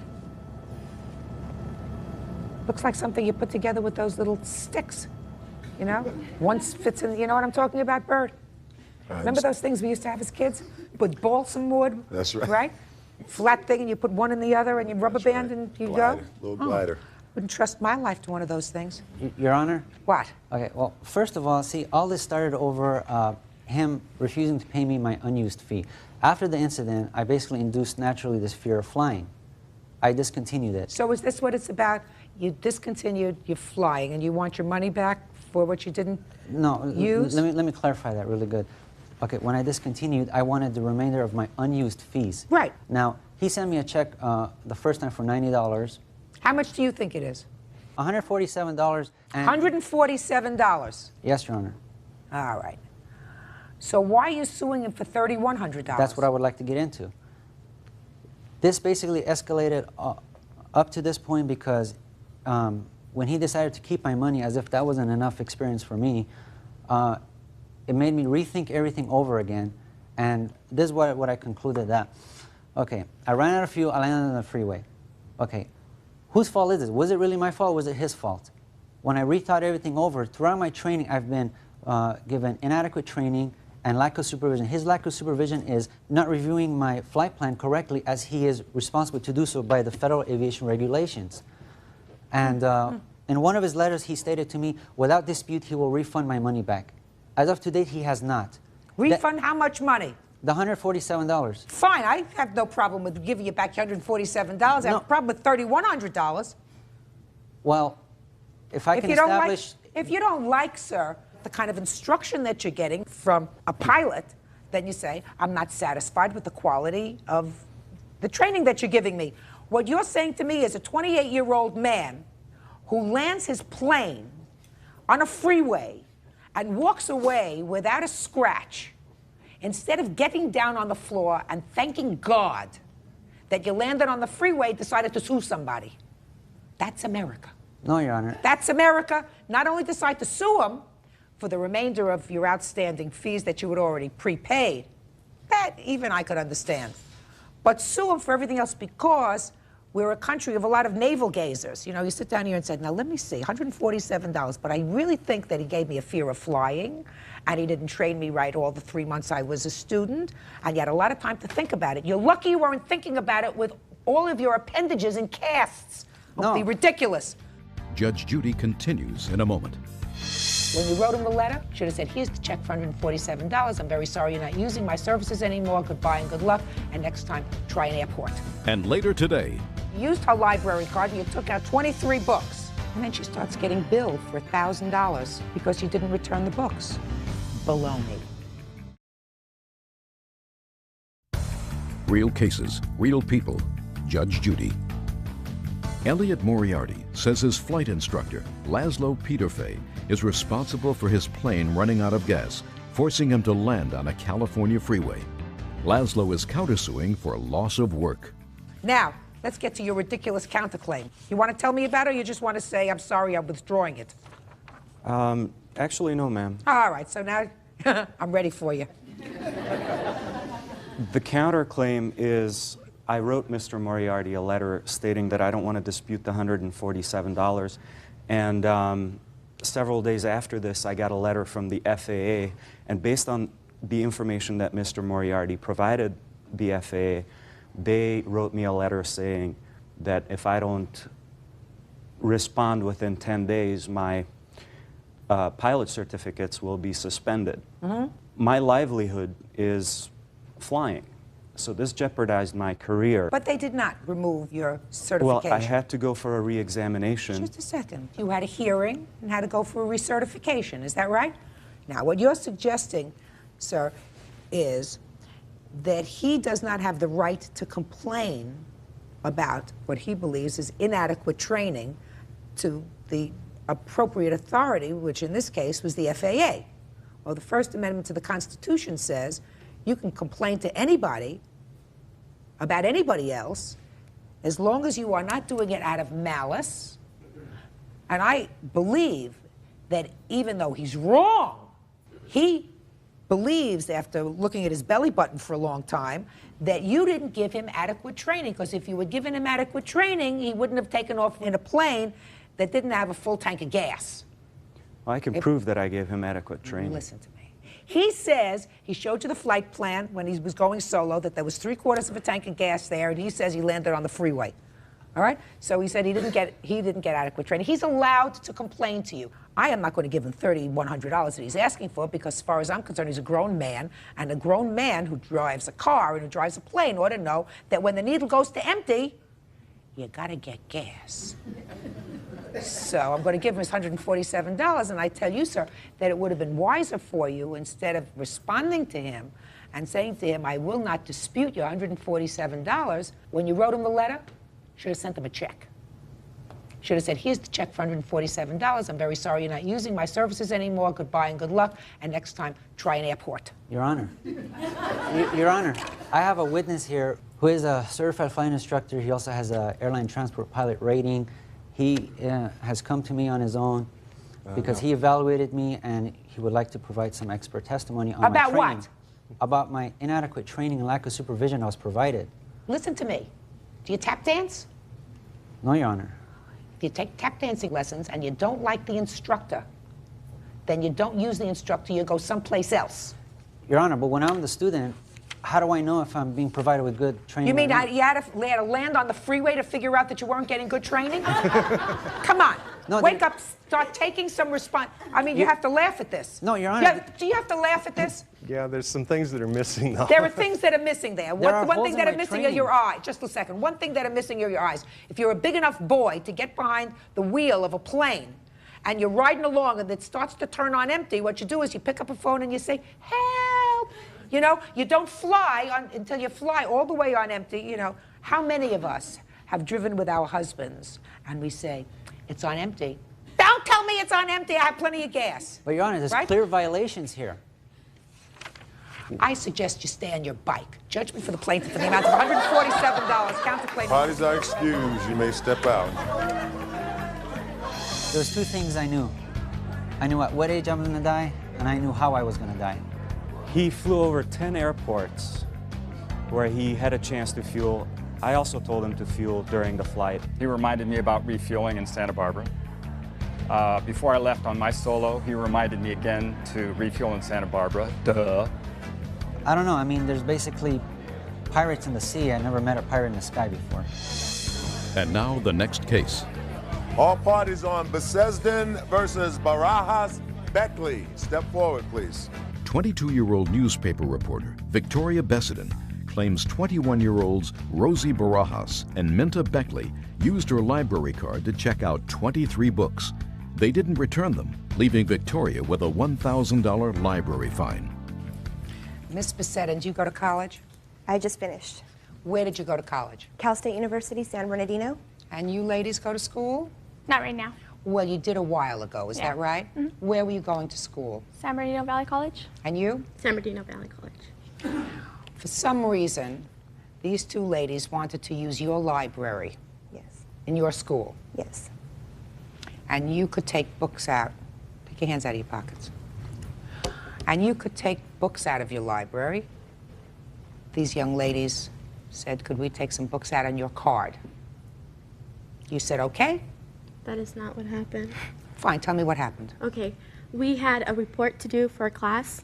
What happened was that we were all friends at the time. She knew we had a report to do. She offered her library card because we could not find the books in our library. She offered for us to use her library card. So that's come close. She offered or you asked, whatever it was, it doesn't make any difference. You used her library card and you took out 23 books. And then she starts getting billed for $1,000 because you didn't return the books. We did return the books. Judge Judy continues in a moment. I can understand maybe one book turning up missing, but for all 23 books to turn up missing, there lacks statistical probability for that. You know, you're looking at me smiling like an idiot. You know that. Closed captioning, sponsored in part by Real Cases, Real People, Judge Judy. Victoria Bessedon loaned her library card to Rosie Barajas and Minta Beckley. They checked out 23 books and didn't return them. Victoria wants her $1,000 library fine paid. Tell me how you returned the books. What happened was the books had not been turned in. She was notified. She called me. I think the books had been due like 3 days before. I remember that I had not turned in the books. Called her, and it was during the evening. We did not turn in the books that same day that she called me, but we did go the next day to turn them in. I had called her to tell her that if she wanted me to take the books to her, she can turn them in. She said, why should she do that? You used the books. Because why should she carry back 23 books to the library that you used? I just said if she wanted to turn them in or does she want me to turn them in. So you didn't turn them in for 3 days. Is that right? Yeah, it was, well, 4 days because it was the next day. Now, when you turned them in, where did you turn them in? Into a box. A drop box. Baloney. You want me to tell you why it's baloney? Because I can understand maybe one book turning up missing, maybe 2 books turning up missing. But for all 23 books to turn up missing, there lacks statistical probability for that if you return the books. So you didn't return the books. We did return the books. Even if you say you returned the books, this bill is your responsibility, not hers. She didn't take them out. She didn't use them. She didn't return them late. You did. Why should she have to pay? It was her library card. What? And we did Just a turn second. Say that one more time for me. One more time, because it's her library card? And we did turn in the books. It's not our fault that the library does say that we did not turn the books in. I just said to you, I'm assuming, for the purpose of this, that you did return the books, which you did not. But assuming that you did, and assuming that the library lost them, but she not only received a bill for them, but according to you, you couldn't get your diploma. Is that right? Yes. Is that right? Why should she suffer because of the fact that you took out these books?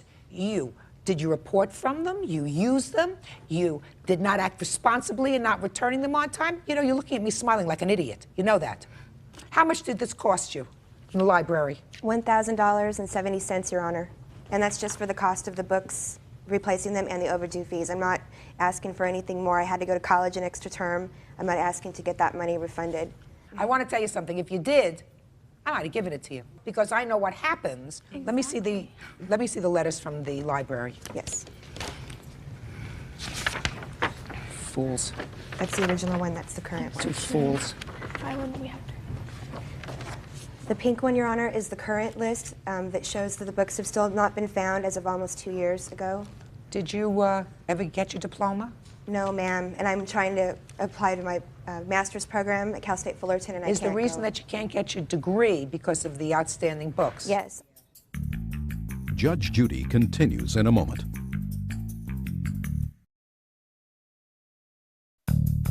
Want justice? Call 1-888-800-JUDY. On the internet, judgejudy.com. When she told you that she was having this problem, what did you say to her? We had agreed to go to the library together to talk about this twice. She would always change the date. Why didn't you just go to the library? I did go to the library once. And what happened? And they told me that I needed to know exactly the books, and I had no way of contacting her to know what, because they needed to know the titles of the books so they can look for them. How would she know the titles? You used the books. Well, how would I know them? There are 23 books. I know what they were about, but I didn't know the title. How would she know the titles if you took out the books? You had them. Because they were under her library card, so it would show up on there what books were checked out.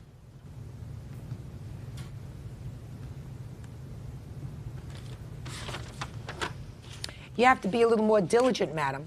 I know that you have a very busy schedule here. I can see that you have a very busy schedule, but you have to be more diligent. Judgment for the plaintiff in the amount of $1,000.70. That's all. Parties are excused. You may step out. Judge Judy continues in a moment. And on the next Judge Judy. You're welcome.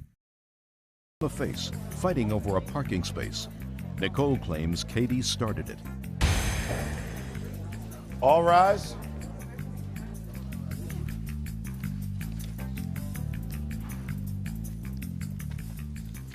Your Honor, this is case number 555 on the calendar in the matter of Sasay versus Hannah. Parties have been sworn in. Be seated. Over a parking space? Over a parking space? It was more so than a parking space. It's more than that. Ladies, where are you a student, Mrs. A? Temple University. And you live close by to the university? Across the street from it. You had placed one of those orange cones in a parking space in front of your house. Yes. Now, you know you're not supposed to do that. We have a resident parking signs in front of our door. That's okay. Because Temple students parks all in front of your door, and they got parking lots and never use it. There are no signs where she lives. I have a picture of the resident. Just a second.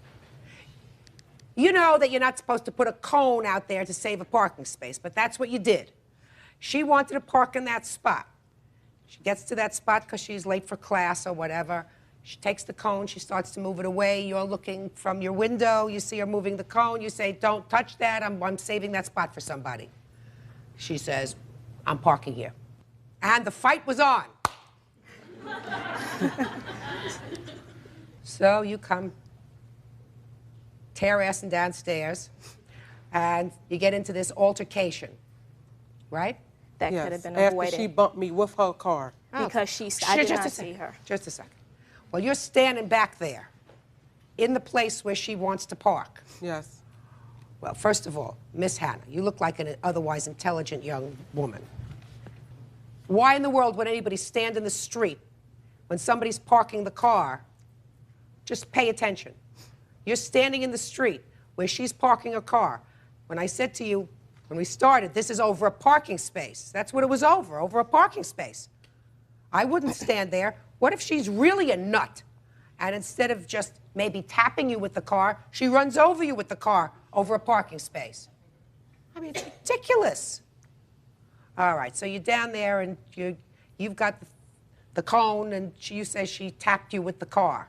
So you ran around to the driver's side of the car. Then tell me what happened. I asked her, do you have insurance to be bumping me with your car like that? And she said, yes, I do. You want all the information? I said, yes, I do, if you're going to get like that. And she said, as I was talking with her, I was pointing to her. She rolled her window up and smashed my finger inside her window. Now, I read that, Miss Hannah. She couldn't have smashed your finger in the car window if your hand wasn't in her car. I was pointing to her. No.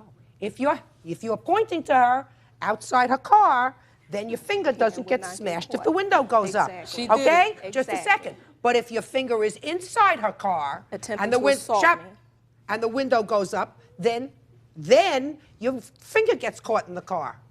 So what was your hand doing in her car? Because I was pointing to her after she bumped me with her car from behind. So you put your hand in her car, and she proceeded to close the window. Judge Judy, what actually happened was her car I need to say first that her car was already parked. She's saving the parking spot for who, I don't know. Her Sebring was parked right behind mine where I was attempting to park at. As I was parking the car, she went behind it, I guess, to replace the cone that I had backed up. I didn't know I bumped her. I didn't see her when I was reversing. Matter of fact, I was actually getting ready to put the car in park when she was already behind the car. She comes around to my driver's side window, and she's telling me she needs insurance. I said, fine. My glove compartment was, locked because that's why I keep my insurance in the area. I have to lock it. I have to turn the key, turn the car off to go into my glove box to get the insurance. At the same time, the type of car I have an automatic window. When you turn the key off the ignition and you hit the window switch, the windows automatically come up. The only way to bring the windows back down is to turn the car back on. I was going to the glove box to get it out. Meanwhile, her hand gets caught in the window because she's insisting on pointing at me, putting her hand in my window. Just like you said, her hand wouldn't have gotten caught had she not put her hands in my window. All right, so her hand got caught in the window. And then what happened? I got the, I'm still trying to get it out the box. She's fussing now with the window. The window went over it all the way up. Her hand is stuck. My door was still open because from the time when I got out of the car to move the cone. So in that manner, she opens the door, still trying to get her hand out, and she's yelling at me to turn the car on so that I could turn the window down. I told her, first of all, calm down, because the way she was jerking the door and carrying on, if I just took the window down, so on and so forth, it would have escalated to a physical altercation, because at that point, I think she was really pissed off because her hand got caught. Finally, however way she did it, she got her hand out of the window. I'm still not paying her any kind of attention. Once she gets her hand out of the window, she's still talking. I'm like, whatever, I'm getting my insurance information. She can file a claim if that's what she wants to do. I'm getting in the club to lock my car up. The club is still in my hand. She's still ranting and raving. She's still at my door. I get out of my car. The door never closed. She never closed the door. Because my hand was in the window. I got out of my car with my club. At this time, she grabbed my club. I don't know, I guess she thought I was going to hit her with it or whatever the case may be. I didn't take my club out of my car to assault her with it. The club was just already in my hand to lock my steering wheel up. I'm not a violent person, and furthermore, I don't need a club, to get into any kind of, How was your club altercation. in your hand if you was going in your glove department? Listen, you're going to have a chance. You're going to have a chance. Continuing. She grabs the club. We're struggling over the club. Her girlfriend's telling her to let the club go. She's telling her no, she's not going to let the club go. She's telling me to let it go, and I'm definitely telling her no. Her girlfriend was actually in between us at this point, trying, to tell us to break it up. And she's still carrying on, got her hand going over her girlfriend, and whatever point, she hit me. She clearly hit me. She hit me right, I believe it was the right side of my face. And from that point on, with the natural instinct, my hand just went up. I hit her with the club. Yes, I admit hitting her with it, but it was only after the point that she had already assaulted me and she had, violated my space. I did not intend to get out of my car and just fight with her. She hit you and you hit her with the club? Yes, because it was in the hand that was actually... Okay, then what happened? From that, we started fighting. I can't remember if I let the club go, where the club was. We ended up, I believe it was in her front yard. We were still fighting. I don't know if someone got her off of me because I was actually on the ground when we fell, because we fell over her gate. They got her off of me. I went to my car naturally to use my cell phone, to call, the police and tell them basically what happened and to get someone to move my car. I didn't have my charger and the cell phone was dead, so I couldn't use it. So one of the maintenance people from her housing came over and said, well, let me take you over to my supervisor and we'll get him the radio, someone to come over, and that's just what he did. And the cops did not come, but the Temple University police officer drove by. Judge Judy continues in a moment. She would not let go of that club, and when she tried to swing, it was a fist fight. I just kept hitting her on the right side of her face until she let go of this club. And later today, when I got the couch, I had to clean the couch because it reeked, because of people who had been sleeping on it in my mother's house. Yeah. And when I got the couch, there were mice in it. I had to clean the mice out of the couch. real cases, real people. Judge Judy. Katie Sase says Nicole Hanna grabbed a club and struck Katie during an altercation over a parking space. Okay, now let me hear your version of the events, starting with came downstairs and your fingers caught in the door. Okay, as I was pointing to her and arguing with her about the insurance situation, she told me to wait a minute. What'd you need the insurance for? Because if she bumped me with that car, I asked her, do she have any insurance? Just a second. If she bumped you with the car, listen to me very carefully, and you were able to have a fight with her on lawn, right? Right. You clearly weren't injured. No. So That's what why you I need asked her, her just as a second. question. So what did you need her insurance for? That was a question. Do she have any insurance? Why to did you be need bumping someone like that? Well, bumping somebody requires, madam, if you want her insurance, it means that you were in some way injured by her actions. You were clearly not injured by No, I her wasn't. actions, so what did you need her insurance for? To ask her, what was she going to bump me like that? If she must have insurance, or she going to be bumping people like that? All right. Okay, go ahead. Let's go. So as I was pointing to her, she went and rolled the window up and smashed my finger in the window. I said, can you get my hand out this window? She told me to wait a minute. So I yanked my hand out the window because she would not unroll that window. So as I was done yanking my hand out the window, her window gave in a little. She came out the car with her club and bumped me on the right side of my head with that cone, with that club I meant. And as I went to pull it from her, it came apart. And when she tried to swing again, the other one went on the ground. As I tried to pull that from her, we went wrestling to try to let this club out her hand. We went to the corner and we went over the fence. And when we went over the fence, I wound up being on top. She would not let go of that club, and when she tried to swing, it was a fist fight. I just kept hitting her on the right side of her face until she let go of this club. A fist fight, as we both holding the club with the other side of my hand. She wouldn't let go. I had people to come up and try to say, Nikki, get off of her. You know, get off her, let's break it up. Don't y'all break up. Who were you saving the parking space for? Family member that was bringing some food home to the house. Yeah, because your so car I was in the window just a watching second. the spot. Your car was parked. My car was parked. All right. You started this whole problem. You started the problem. I started the problem. Oh, absolutely. You started the problem. By asking her nicely with respect? Madam, I mean, I live in a big city.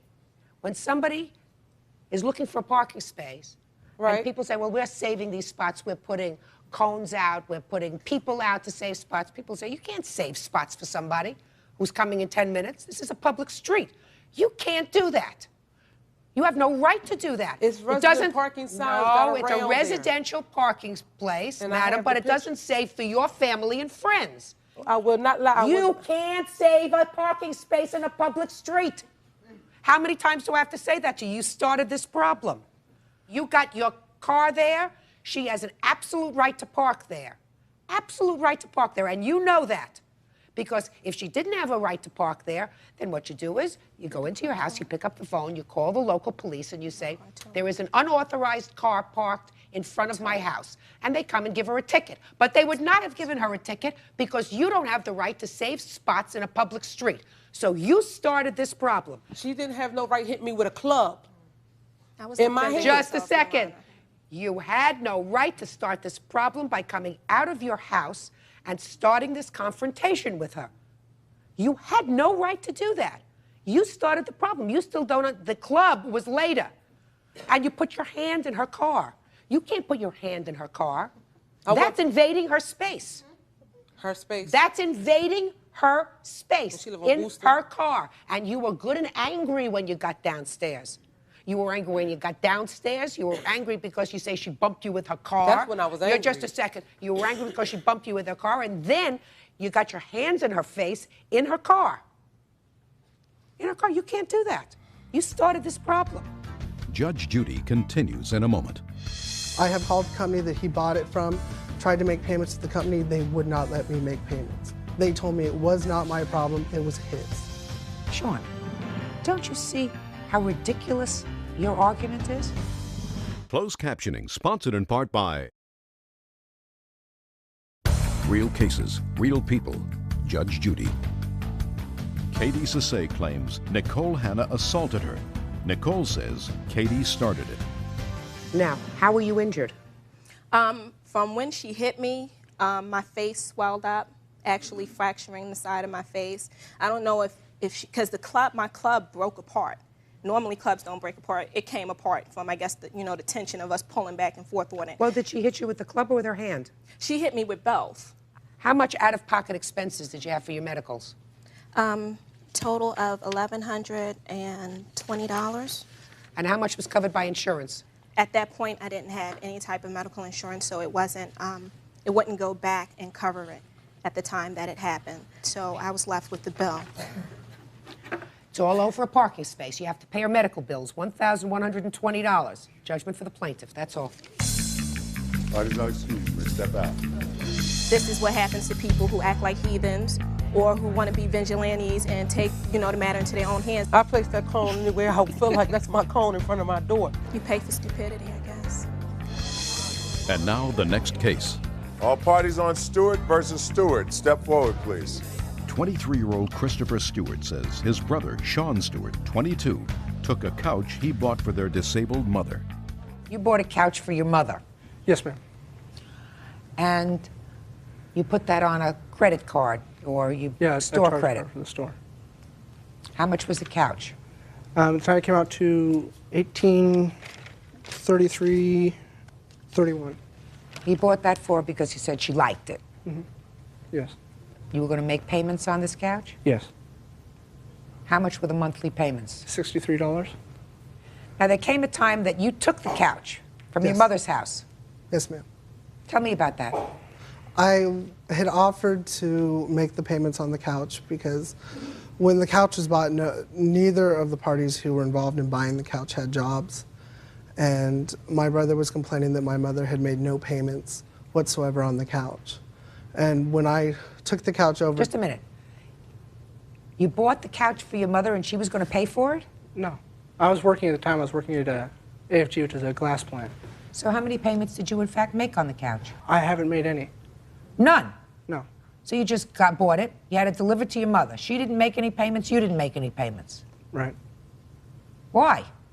I was on a 90-day deferred payment plan, and he got it before the payments were started to be due. He'd informed my parents that he'd been making the payments. Just a second. Within 3 months you took the couch? It was more than 3 months. How many months? It was about 4 to 5 months. So 4 months. You took the couch when it was brand new? Yeah, because no payments had been made on it, even when the 90 days was up. Okay, so a month went by. Let us say that they were delinquent in a month's payment. You took the couch. Did you make the payments? After I got the couch, after me and my brother had made an agreement, I lost my job from where I was working and was on unemployment. And at that time, I had a daughter and a wife and a baby on the way. Well, what's your defense to this action? Well, I've had the couch since, I believe, I'd say around September, October of '97. Yeah. And when I got the couch, I had to clean the couch because it reeked because of people who had been sleeping on it in my mother's house. Yeah. And when I got the couch, there were mice in it. I had to clean the mice out of the couch. Yeah. Doubt it. And I just think it's totally ridiculous. And I have called the company that he bought it from, tried to make payments to the company. They would not let me make payments. They told me it was not my problem, it was his. I told them that I would bring the couch back to them, and they told me no, it was not my problem to deal with. Sean, don't you see how ridiculous your argument is? What's your defense to this action that would require one brother to sue another brother? I haven't spoken to my brother for over a year. He lives with my mother and my stepfather, who I do not speak with. Well. And he has never asked for the couch. After my son was born in April, about 2 weeks later, him and my parents showed up at my house with the police. Never calling. I have never been asked for the couch back. They have gone to... You have to pay for it. You've had it since 1997. This is almost a millennium, sir. You've sat on it, you've slept on it, you've entertained on it, you've used it. They don't want the couch back. They want you to make the payments on it, as you promised you would. Nothing was ever said because he was filing bankruptcy, the last that I knew of. Could you explain to me why you are suing him for $5,000? It wasn't supposed to be urgent. I just marked it down. I wasn't sure. I didn't really want to have to do this. And I've gone to his house. You don't want to sue it, so why did you pick a number like $5,000? The couch cost $1,833. Right now, they're asking for $2,673. Show me. I don't have it with me. Then I can't help you. If you're a grown-up and an adult and you're coming to court, you've got to bring paperwork. Judge Judy will continue in a moment.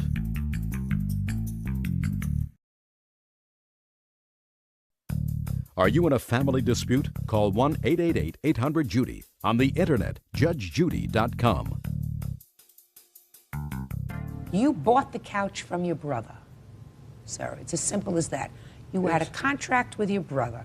It's a verbal contract. You were buying this 4-month-old couch with the agreement that you were going to take over the payments. You failed to do that.